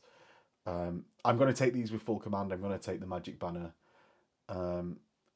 My Gut Lord might take extra magic items, even like a Paymaster's coin to re-roll hits 1 turn to get more great weapon hits when I really need it. Fistful of Laurels, or maybe now, if you're taking Laurels, I probably take Veteran, because it's gonna be similar points unless I've got 10. So Iron Guts. Fistful of Laurels lets you re-roll break tests. Veteran doesn't allow you to do that. Allow you to do break. I know we've just gone through it, but this is a lot of information to store in our break heads. Tests, right? So we're saying that ogres in general, big units do well. So we're looking at 8 or 10 of these, aren't we? Yeah. Right. So if we're looking at 10, that's 20 points for Veteran. So I'll probably take Veteran and Fistful of Laurels if I'm taking a unit that big. Or, depending, because you've got the Jade Lion as well, which is 25. As soon as I go to 11, I'm taking the Jade Lion. Or, sorry, should I say, as soon as I go to 11, I'm taking the Jade Lion. Which is, the bearer of the Jade Lion may reroll any failed fear, panic, rally, or terror tests. Yeah. So, you see, how for this big unit, is when I'm saying the BSB is mandatory. This is where my BSB is going. BSB's going. He's right, just okay. running around with them. And so you wouldn't sort take that. Doubling up on that anyway. Right, okay. So you still need. It's only when we start stacking the layers that I think it becomes less valuable, so it's worth saying. Go on, what are you laughing at there? The layers, like an ogre. It's an Look, onion. peeling back the onion. Yeah, when we start peeling I back thought the it was a onion. Shrek joke. That's why I was laughing. The layers. Yeah, it's only when you start peeling back the layers that it's really, I think, more worth it to have that BSB rather than the laurels on Yeah. the veteran. And Great unit. Take 40 of them. no, I think this is where a lot of the value of ogres is. I do think bulls aren't a complete write-off. I do think it's worthwhile having maybe a unit of them because you're already invested in a couple. And I think if you're doing an all ogre list, then you might want your ogres being flanking. But I think as we get down, your flanking units I think can be done worse, but much cheaper by some other things. So on to lead belchers for 41 points. Your champion is plus 8 points and is an additional ballistic skill. So it's an ogre with a ballistic skill of 3 and 4 on the champion. And you have a lead belcher gun, which is solid 2 firing profiles, 1 solid shot, strength 5, AP -2, armor bane 1, cumbersome, multiple wounds 2. The second one is scatter shot, 18 inches, strength 3. And when you fire the scatter shot, you roll to hit with the 1. It's not got multiple shots for a -1. But if you hit, you get D3 hits. I have not had luck with this unit.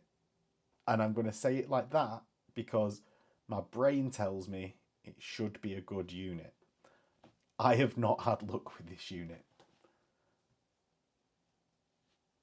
I like him. Strength 5 -2 AP, I think, is a good place to be. I think if they can stand and shoot, you can put them in the flank and then start challenging things that are going to come down there, your knights, your chariots, etc. Cumbersome is -2 when you move. So you're always going to be hitting on 6s. So, because you're going to be at long range, -2, which is fine. But the one thing I actually like about them is that for 10 points more, I'm getting a bull with a gun. And I suppose. And if I take the same amount here, so it's not even 10 points more because we always said, we're taking them with iron fists. So for 6 points more, I've got the ability to reach out and touch someone with a cannon. And I think, like, if this unit gets caught out of position, if a bull's unit gets caught out of position, it's dead. It's just dead. It's going to die. These here, at least, have got a chance of whittling something down before it gets into them. So, do you know what? I've not really been thinking of it like that. It's as I said, I've not had massive success with the unit in the times that I've used them. But from a profile wise, there's no reason I shouldn't have had success. no. And they'll still stomp. Do you know, like when they were being bad at being lead belchers, they were still ogres that could have taken out skirmish, or that could take on flankers and things like that. And even a small unit of 2 of them is like, well, I'll just reliably take on a unit of 5 fast cav because I'm strength toughness 4. Exactly. Still got ogre charge, still got impact hits. Well, ogre charge isn't probably going to come off because you're not going to want a second rank of these. You're not going to get the -1 AP, but you've still got impact hits, which I think is really good. So if you do decide to go in for the charge, you can plink some off. You could be 24 inches away and be quite satisfied that you're going to just stand there and shoot. Yeah. And because they've lost the reload rule that they had in every other edition, you can't just ignore these. If these get within long range, they can stand there and just shoot you all the time. You're going to have to go towards them. You're going to have to get rid of them, dedicate something to them. I like them. Yeah, as I said, like there's no reason why I don't like them. It's just I just don't for no reason. And do you know what? I'll keep taking them and trying them because I like them as an idea. Yeah. We'll see if my opinion changes later in the edition. So on to man-eaters, we get a weapon skill 4 platform with a ballistic skill 4, strength 5, So one up from main ogres. You've got 3 wounds, initiative 3, so 1 more than other ogres, 4 attacks each, and leadership 8, and that costs you 54 points a model. Now they come in units of 2+, have hand weapon light armor, and you get a host of upgrades that you can choose from. So let's go for this. You get additional hand weapons, don't. Iron Fists, 4 points a model, only 1 point a model more than the additional hand weapon. If you're going to do the additional hand weapon, do the Iron Fist. Great Weapons, 4 points a model. Great Weapons are great. Great Weapons are great. And now I think there's more of a point to use Iron Fists on Man-Eaters. Though personally, I still wouldn't. So the argument would be that with a Strength 5, I'm wounding Toughness 3 models on a 2 anyway. However, you're missing out on the AP of the Great Weapon. So, so it just means that this unit is less worthwhile, in my opinion.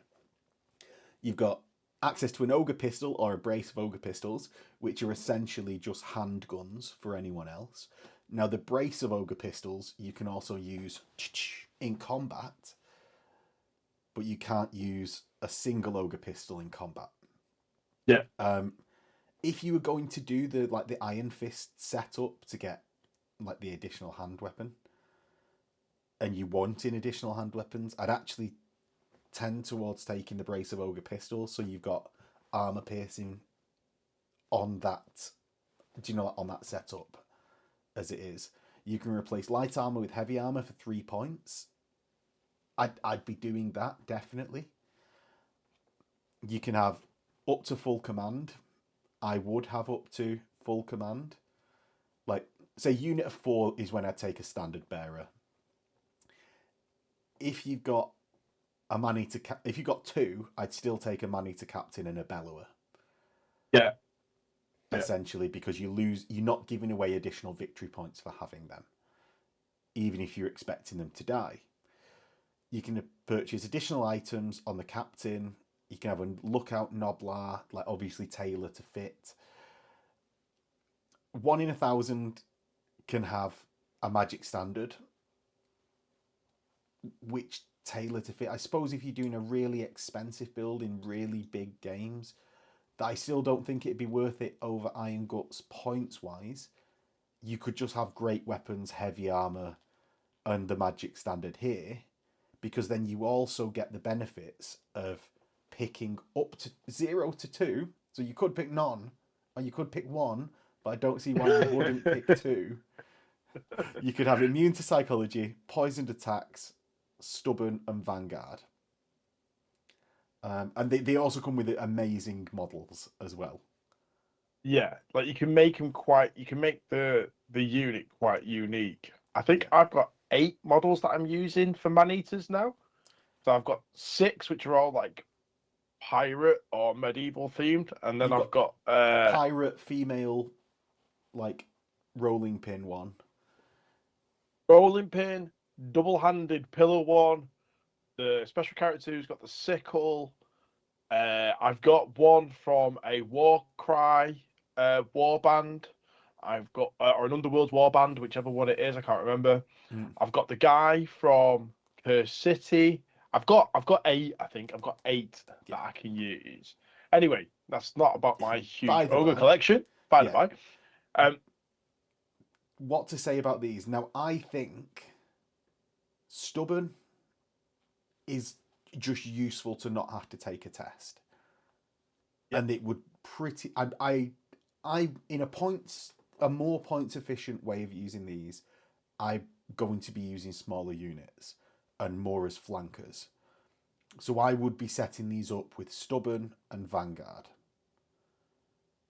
Because if I'm on the flank, vanguard helps me move up that bit faster into a more favourable position. And stubborn means when I get slammed with something and they win due to combat res, I can just hold up for that extra turn. And it's been a fairly consistent use of Man-Eaters actually across the editions. And I think it holds up still. If you going Iron Fist, you might want poisoned attacks. But as I say, you probably want a brace of Ogre Pistols instead. Brace of Pistols favours a flanking roll because you can Vanguard and then just move single and start shooting. Start blasting! Phil, how would you think of running these, really? Oh, so He's so I think indecisive. I think There's too many Stubbins work. options. There is actually. I think that's what it is. There is. Stubbin for me is something that I'll always take. Vanguard is one that I lean towards more because then they're just going to be getting into the enemy quicker. I'm keen on poison attacks if I'm facing a lot of lightly armored stuff. So if I'm thinking about like elves, really, sort of like big blocks of elves, because then my poison attacks, they're not going to make those saves. The only one I'm not really enamored with is immune to psychology. I just don't think I'm just not really like. So what? I Really? fail panic and fear. I'm on leadership 8. I'm not really. I don't really see that as for me. If I'm looking at the army, see, I've got multiple different ways that I'll take these. This is the weird thing. So, Iron Fist or Great Weapon. Okay, I would never look at additional hand weapon. I think we're happy with that. Yeah. I would always take a brace of Ogre Pistols instead of an Ogre Pistol. Yeah. Just because the multiple shots just means that I've got more chance of hitting. Always taking heavy armor.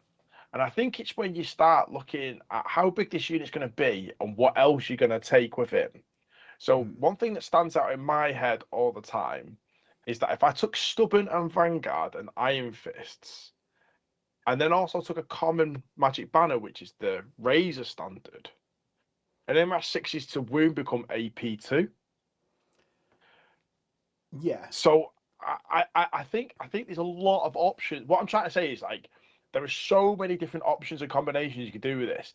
I think this unit is one where you will be using it a lot of times and not really get how to use it. And then at one point you'll pick a combination. Go, that's for me.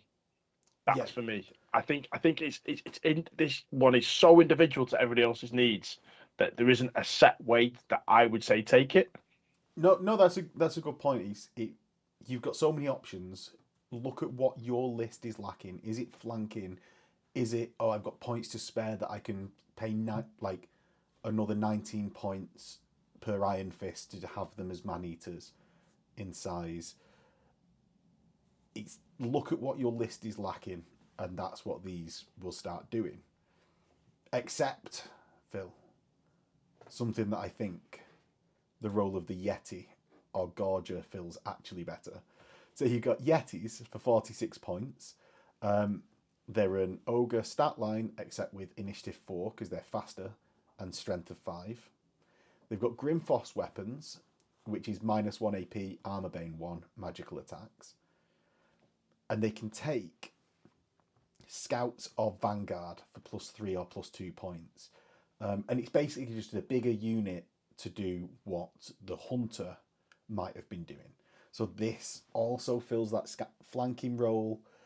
Will get up there much faster just by being there much faster. And also the movement 7 just helps. I've got one problem. Go on. For one problem with this unit. Go on. I hate the models. Really? I had 6 of them until I gave them away recently. I hate the models. And I know you was just going to go into the points cost and things like that, but I hate the models. And that's the only thing that I just don't like the models. On paper, it's a great unit, and I just don't like the models. How to approach this? I think they're worth taking. I also think the models are they dated now. There's a classic, like a sort of a classic model derpy goodness to them.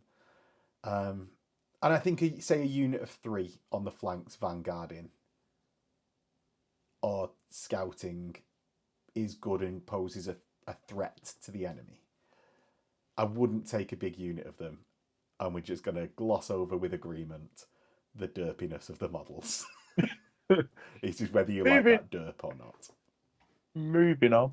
So we'll go to Gorges. This PDF is laid out quite strangely, I'm going to say, because Gorges to me should come at that point, because they're ogre sized. So we get to the Gorger, it's 90 points. It's in the monsters section, and it's a monstrous creature on a 50 mil base, but it's essentially an ogre. Movement 6, though it's got swift stride for just being faster. It's strength toughness 5, 4 wounds, 4 attacks, leadership 8. Now, what it is an ambusher with frenzy, ravenous hunger, so it may re-roll its failed charge rolls, regen 6, and unbreakable. So it's not going anywhere until your opponent actually kills it. So it's useful for a number of rolls. Which I go on. I think this has got great roles in sort of like war machine hunting, also looking at light cavalry hunting, sort of skirmisher hunting. I think it's that's where it probably excels a little bit at.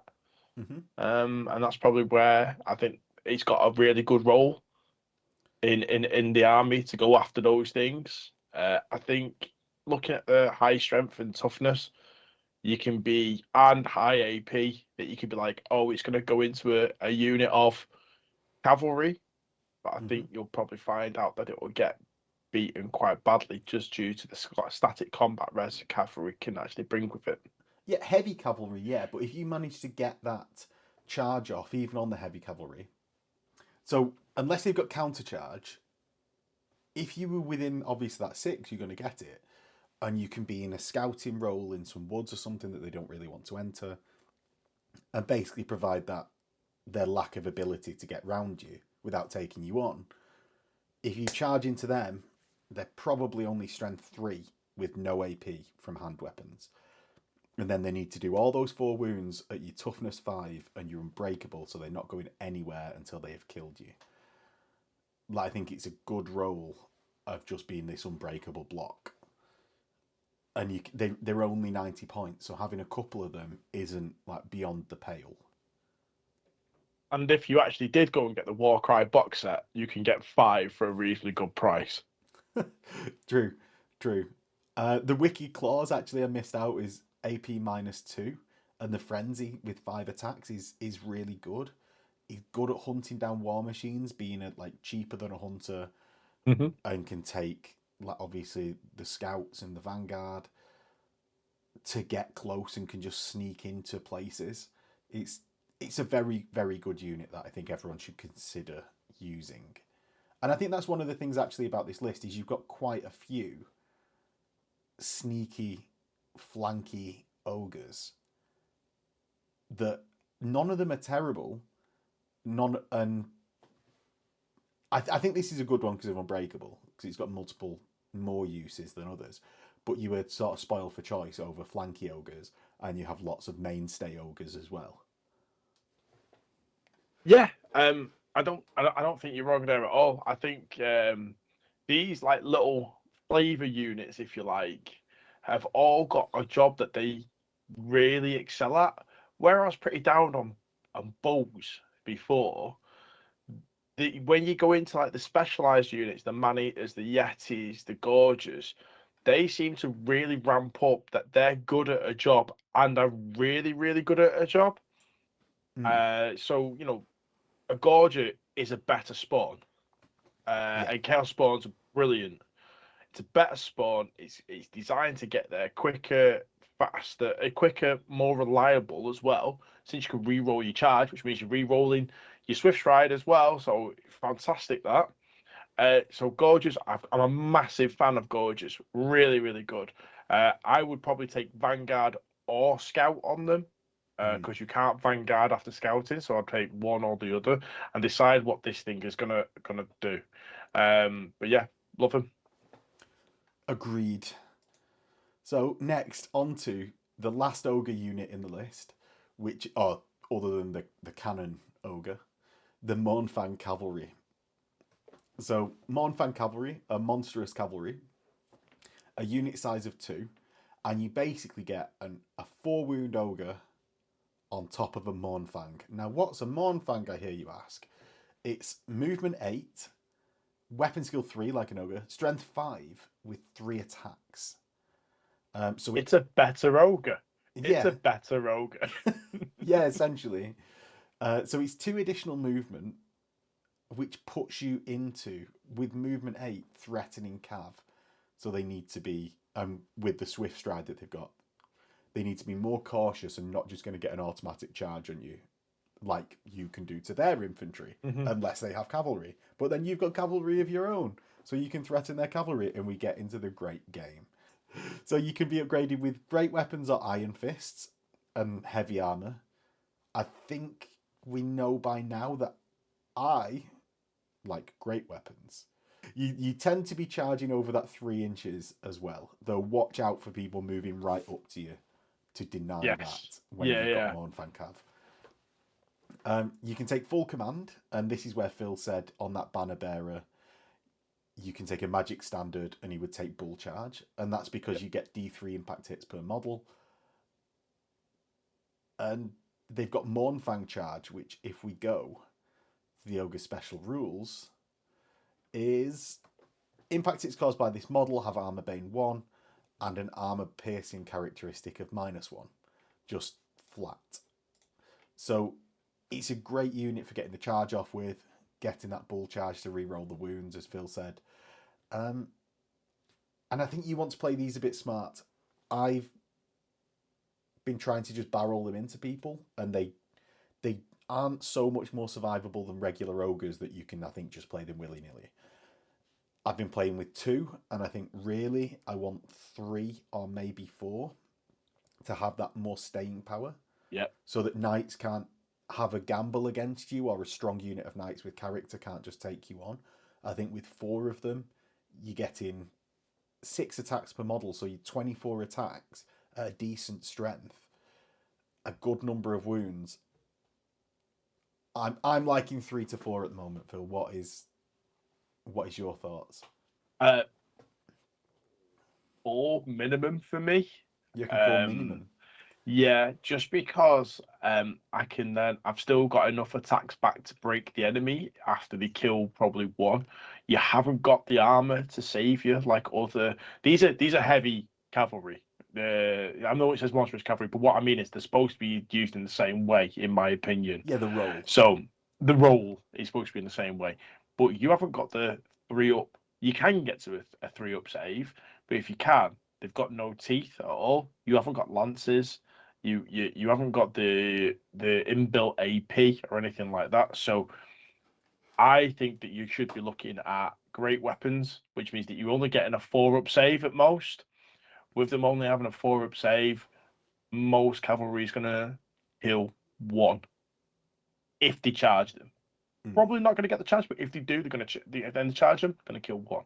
So I think 4, so I can lose 1 and still be quite impactful in the game, is probably where I'm sitting at the moment. Yeah, still be getting 10 great weapon attacks plus 9 strength 5 monstrous tusk attacks. They've got the tusks have got -1 AP and armor bane as well all the time. Yeah. How often do you see yourself taking this unit? Because I can give you an answer. All the time. And I think that's because of the role being that enemy cav threaten your units by you are a charging army, and therefore you want to be just outside of their infantry's charge range and charging them next turn. Now cavalry will make you hold off, because when they charge and strike first with a high strength weapon, they'll start killing your ogres and breaking your ogres. And as I said at the start of getting into Mournfang Cav, these are the thing that keeps enemy cav away from you. And even if they end up charging somewhere that's less favourable for them, that is the roll done, and you can do good work against pretty much any unit you go into. Yeah. Yep. Quality. I agree. I agree. The hard agreement on all of these is. I agree. I love Mournfang Cavalry, and they're probably one of the better units in this. I love them. So next, I'm going to go on to Noblar Fighters first, and then we'll do Trappers. because it sort of sets the base for Noblars. Then we'll talk about the benefits of trappers over fighters and whether or not you want to use them. So regular Noblars are 2 points a model. They're going to be a ranked up unit, and their weapons, they're terrible, right? Except they're 2 points, because they're 2 points. So don't expect great things from them. Their movement 4, weapon skill 2, strength 2, toughness 3, initiative 3, so the human fast, 1 attack, leadership 5. Now, they do have sharp stuff, and they've got a ballistic skill of 3. And sharp stuff is a throwing weapon, so you can start peppering down enemy units. You can have a champion, but I don't see why you would, because that additional attack for 5 points, well, I could just get almost 3 Noblars for that. So, yeah, it's odd, that one, isn't it? Yeah, it's odd, that one. Would have thought like a leadership buff, but it's, oh well. You get close order, like I suppose all your ogres get close order. We've not really been mentioning it. Get horde, so you get 3 rank bonus, but what you don't have is warband, so you don't add that rank bonus to your leadership. So you are a coward, sir. You've got insignificant, so no one cares if you run away. I think these are really good to include in the list. I just think it's going to be a chore to paint enough that I would take. I wouldn't have these in my list at all. Do you know why? Go on. I'm not painting 20 Noblars. Purely in game terms. Purely in game terms. No, I think a unit or 2 of these is actually really good. You've got, if you are running a smaller unit of ogres, or your ogres are going smaller, you can pile this into an enemy and get that static combat res that they struggle to get. You've also got, as we've said before, Grot Sickle, where you can actually start pulling Noblars from here, killing them, and also getting that extra D3 to your spells. 2 points a model. They're incredibly cheap. You're looking at 40 points, 420. That's ridiculous. It just is. And they're not going to make anything panic if they go. Yeah. So, now, just to add to what Phil said there, it's you can add close order multiple times to units. So if my bulls have close order and these have close order, I'm adding 2 res for close order. The 3 for ranks is going to obviously be useful, but be careful of putting them in a situation where your enemy will just kill 4 of them rather than 0 wounds to a toughness 4 ogre, because then you've just added combat, or you've neutraled the combat res. So say against Chaos Warriors or stuff like that, there's a lot of, say like I played Phil with his beast, and the gore ended up actually adding more combat res than they gained through their own attacks. Yeah. So, and this is something you need to be wary of with the Noblars. I actually think, I think it's a lot of, I think they're worth it for the 40 points for 20. I'd probably go units of 30 with them. And I actually think there's something really to be said for just having units on the board, even if they're rubbish. Like 60 points for 30, having 2 or 3 of them just across the board to just get in the way for a turn of an enemy unit of cavalry that might cost like 300, 400 points, including a character, and forcing them to fight a unit of Noblars for a turn that's 60 points, that they're not, if they fluff their attacks, they're going to lose to, and it's ridiculous and stupid. I think as well, like, put these in front of your ogres. Like, make somebody charge them, because if they break, you don't care. Like, you literally don't care. Make them a speed bump. Like, take the 30. So they can't be ignored, because if they do actually charge something, they've got 3 static combat res already. And then 4 from the close. 4 from the close, actually. But if something does actually break them and gets back into them, you're going to have, like, let him overrun him. Let him kill him. And then you're there for your ogres to charge up then. Yeah. And then get that charge off them. And nobody cares. They don't even cause panic in themselves. Oh, really? So largely significant says that they don't cause panic in friendly units. Right. So I would say paint and take. I'm going to say as many as you can stand painting, because starting out with blocks of 30,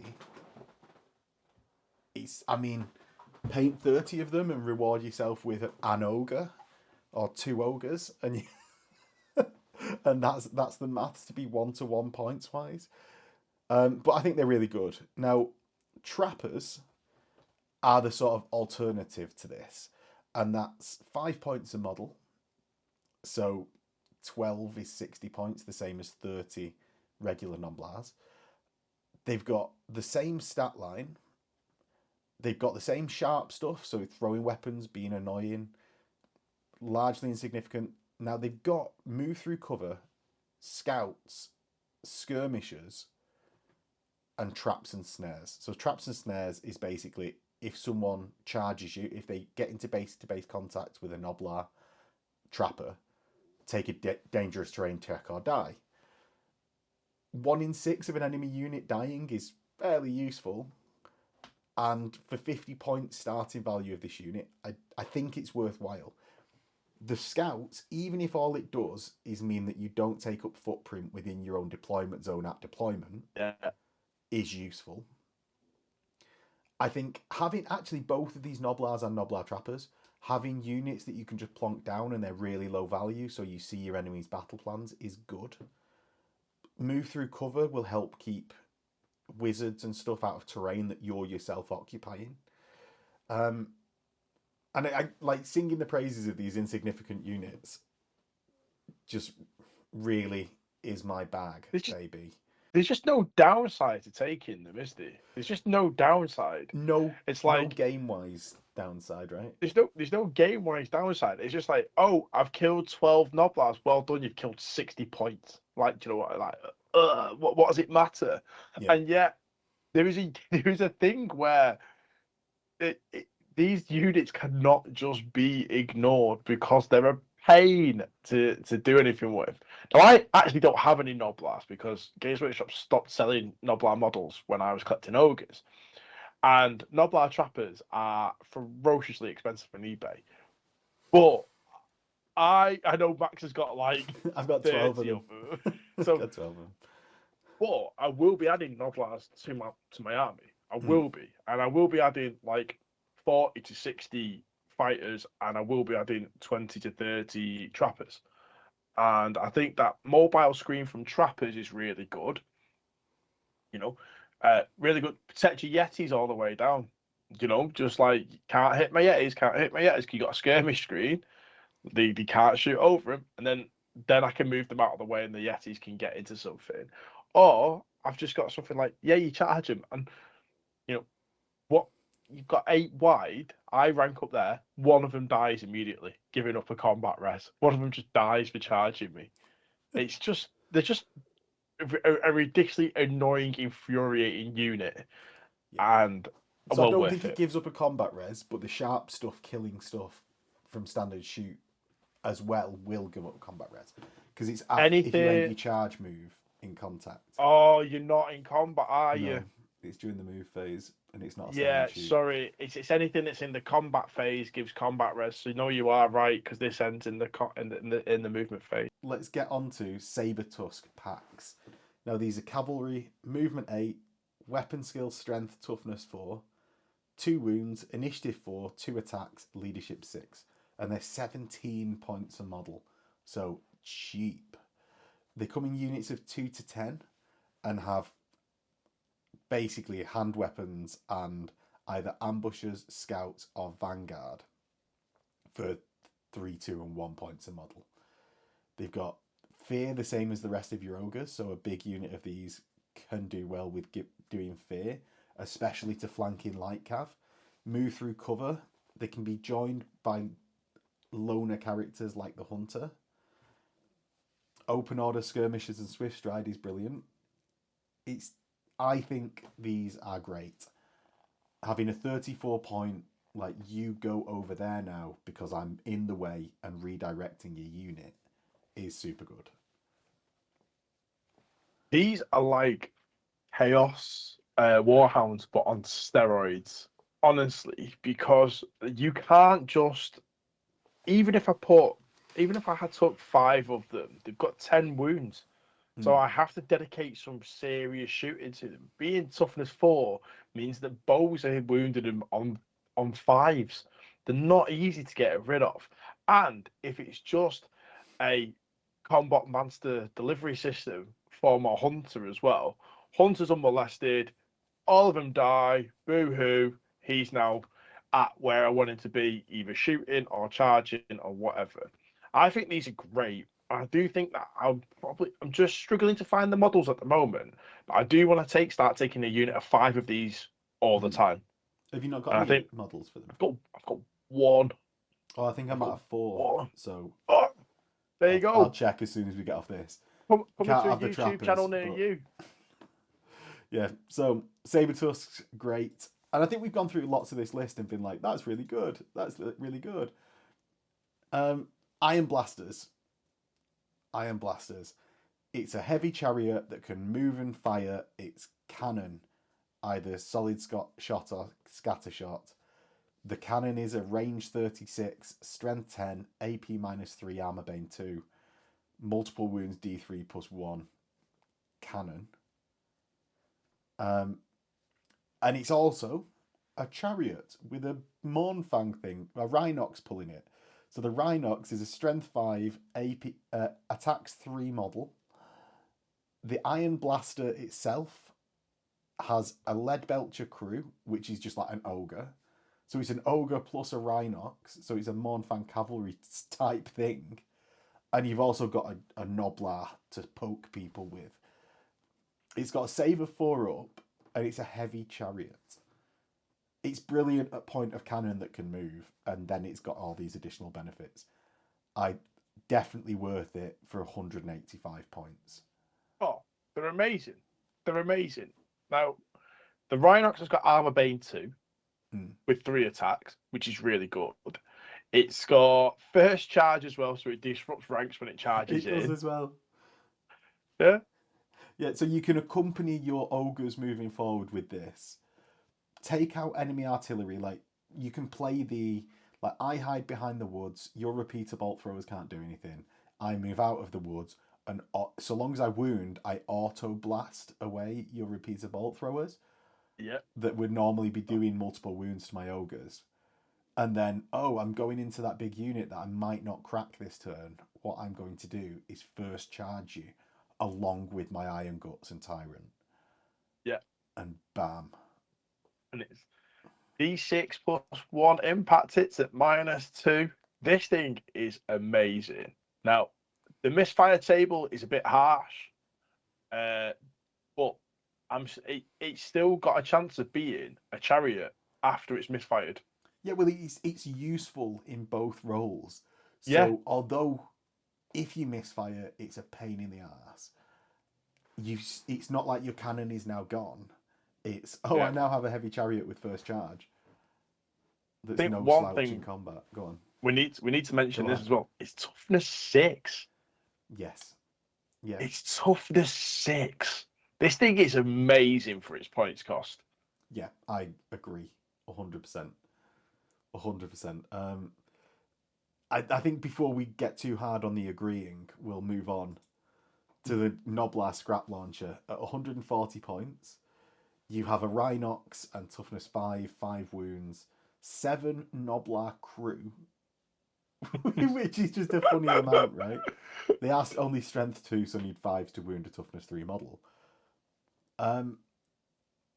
It's a stone thrower that can move and fire, and it's got multiple wounds too.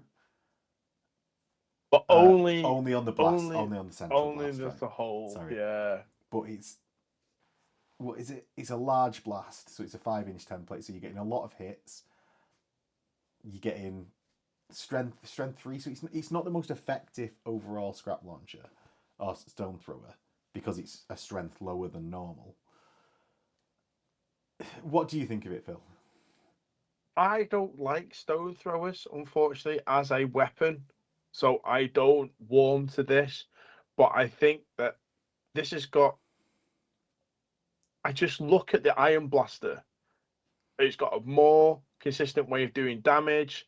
It's got more attacks as a heavy chariot, and I just prefer that than this. And that is not that there's anything wrong with this. In anyone's army where you've got a moving artillery piece, that's amazing and it's really good and a massive bonus. But I just think it's outclassed for me by the Iron Blaster, and I'd prefer to have the Iron Blaster. Right, so I don't disagree with that. I think that the Iron Blaster is dealing with other artillery pieces that can be a problem for ogres if you've not dealt with them in some other way. I think because I also don't particularly like like stone throwers and things like that, because the cannons are just very good for going with the cannon fire rule for just blasting through things. One of the things I don't like about stone throwers is that if you're out of line of sight, you scatter and take off your ballistic skill even if you roll a hit.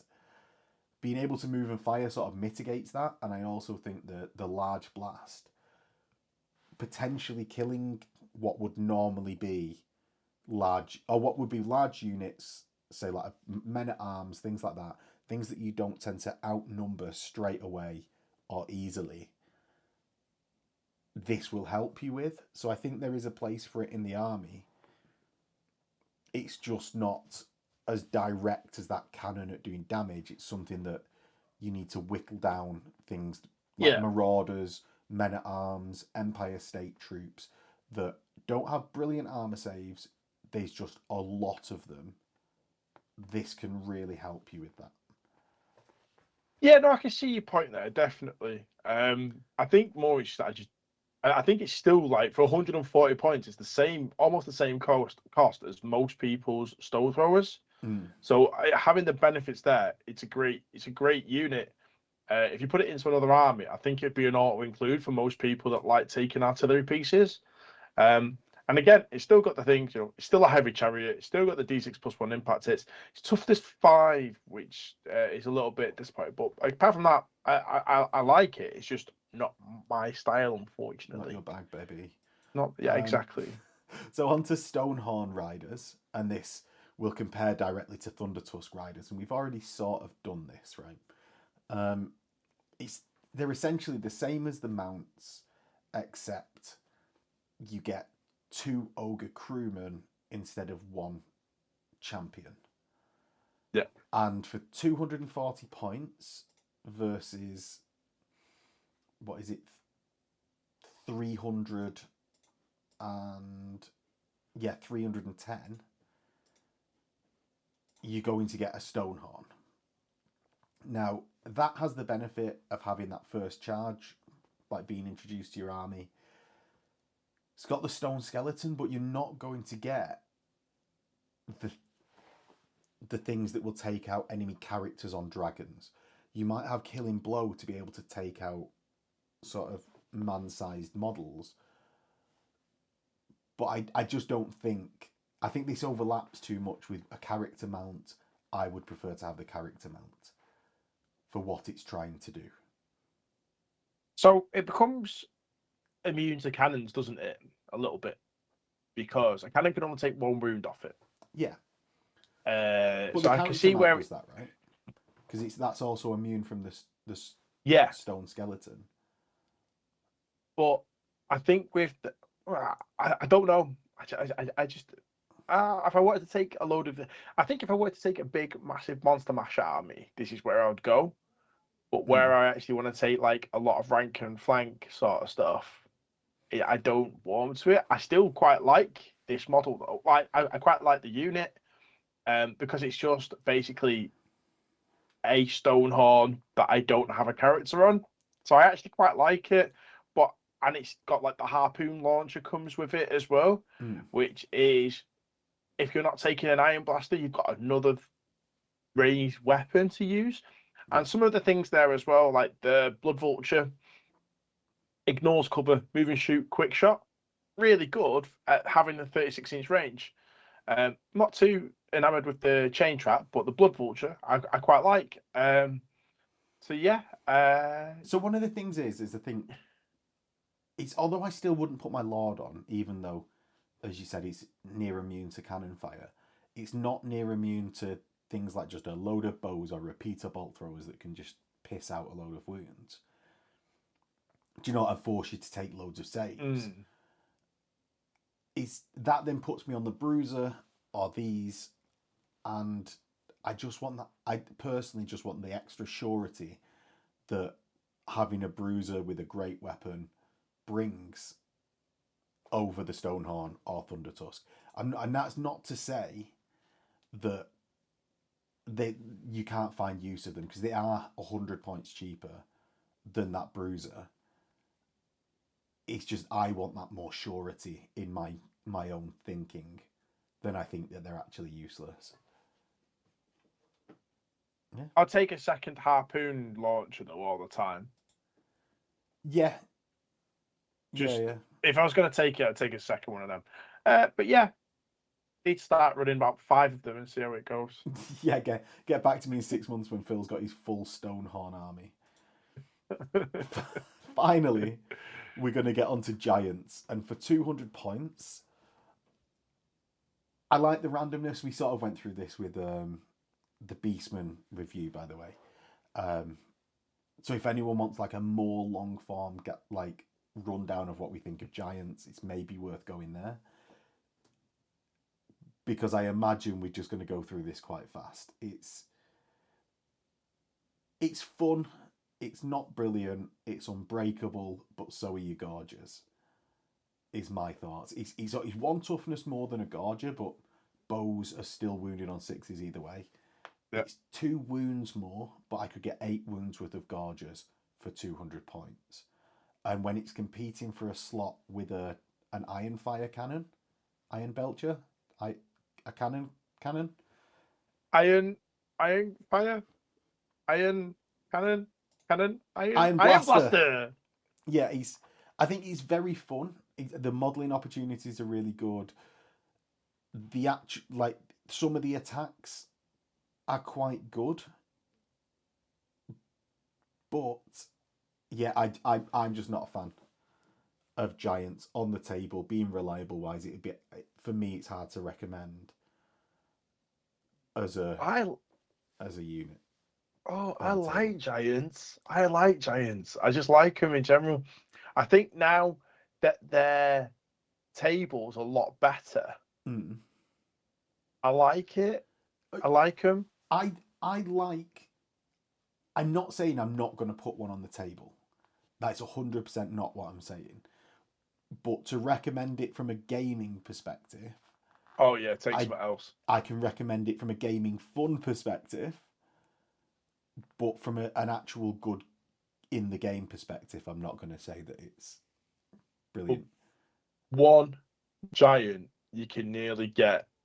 Wait, for one giant, what's that? You can get 2 Gorgers. Yeah. So I'd get 2 Gorgers. Nearly 4 kitted out man-eaters. 3 fully kitted out man-eaters. Yeah. Or a hunter and a pack of saber tusks. Yeah. All of which will be doing a similar role. The man-eaters are stubborn and can be immune to psych as well. Yeah. And they're just going to get... the man-eaters will get 12 attacks at weapon skill 4. So I do like it. And I think these... I think there's just other stuff that I prefer to take, but I think that's just how you decide to take what to take in your army. Yeah. Agreed. And I think that brings us to the end of Ogres, Phil. So, yeah, it does. Hopefully everyone's enjoyed watching this guide. If you like this form of guide, please do let us know in the comments. And also do all the YouTube-y stuff that lets us know that we should make more of these guides, so we'll prioritize them over that crap heresy that no one wants to play anymore, right? If you really like it, there's a Patreon link below where you can get early release videos, so you would have been seeing this guide a week ago. There's audio podcast versions, so that links to the podcast app, as well as access to the Discord and Bearfoot Miniatures dice. Yeah, and with that, we'll catch everyone next time. In a bit. See you later.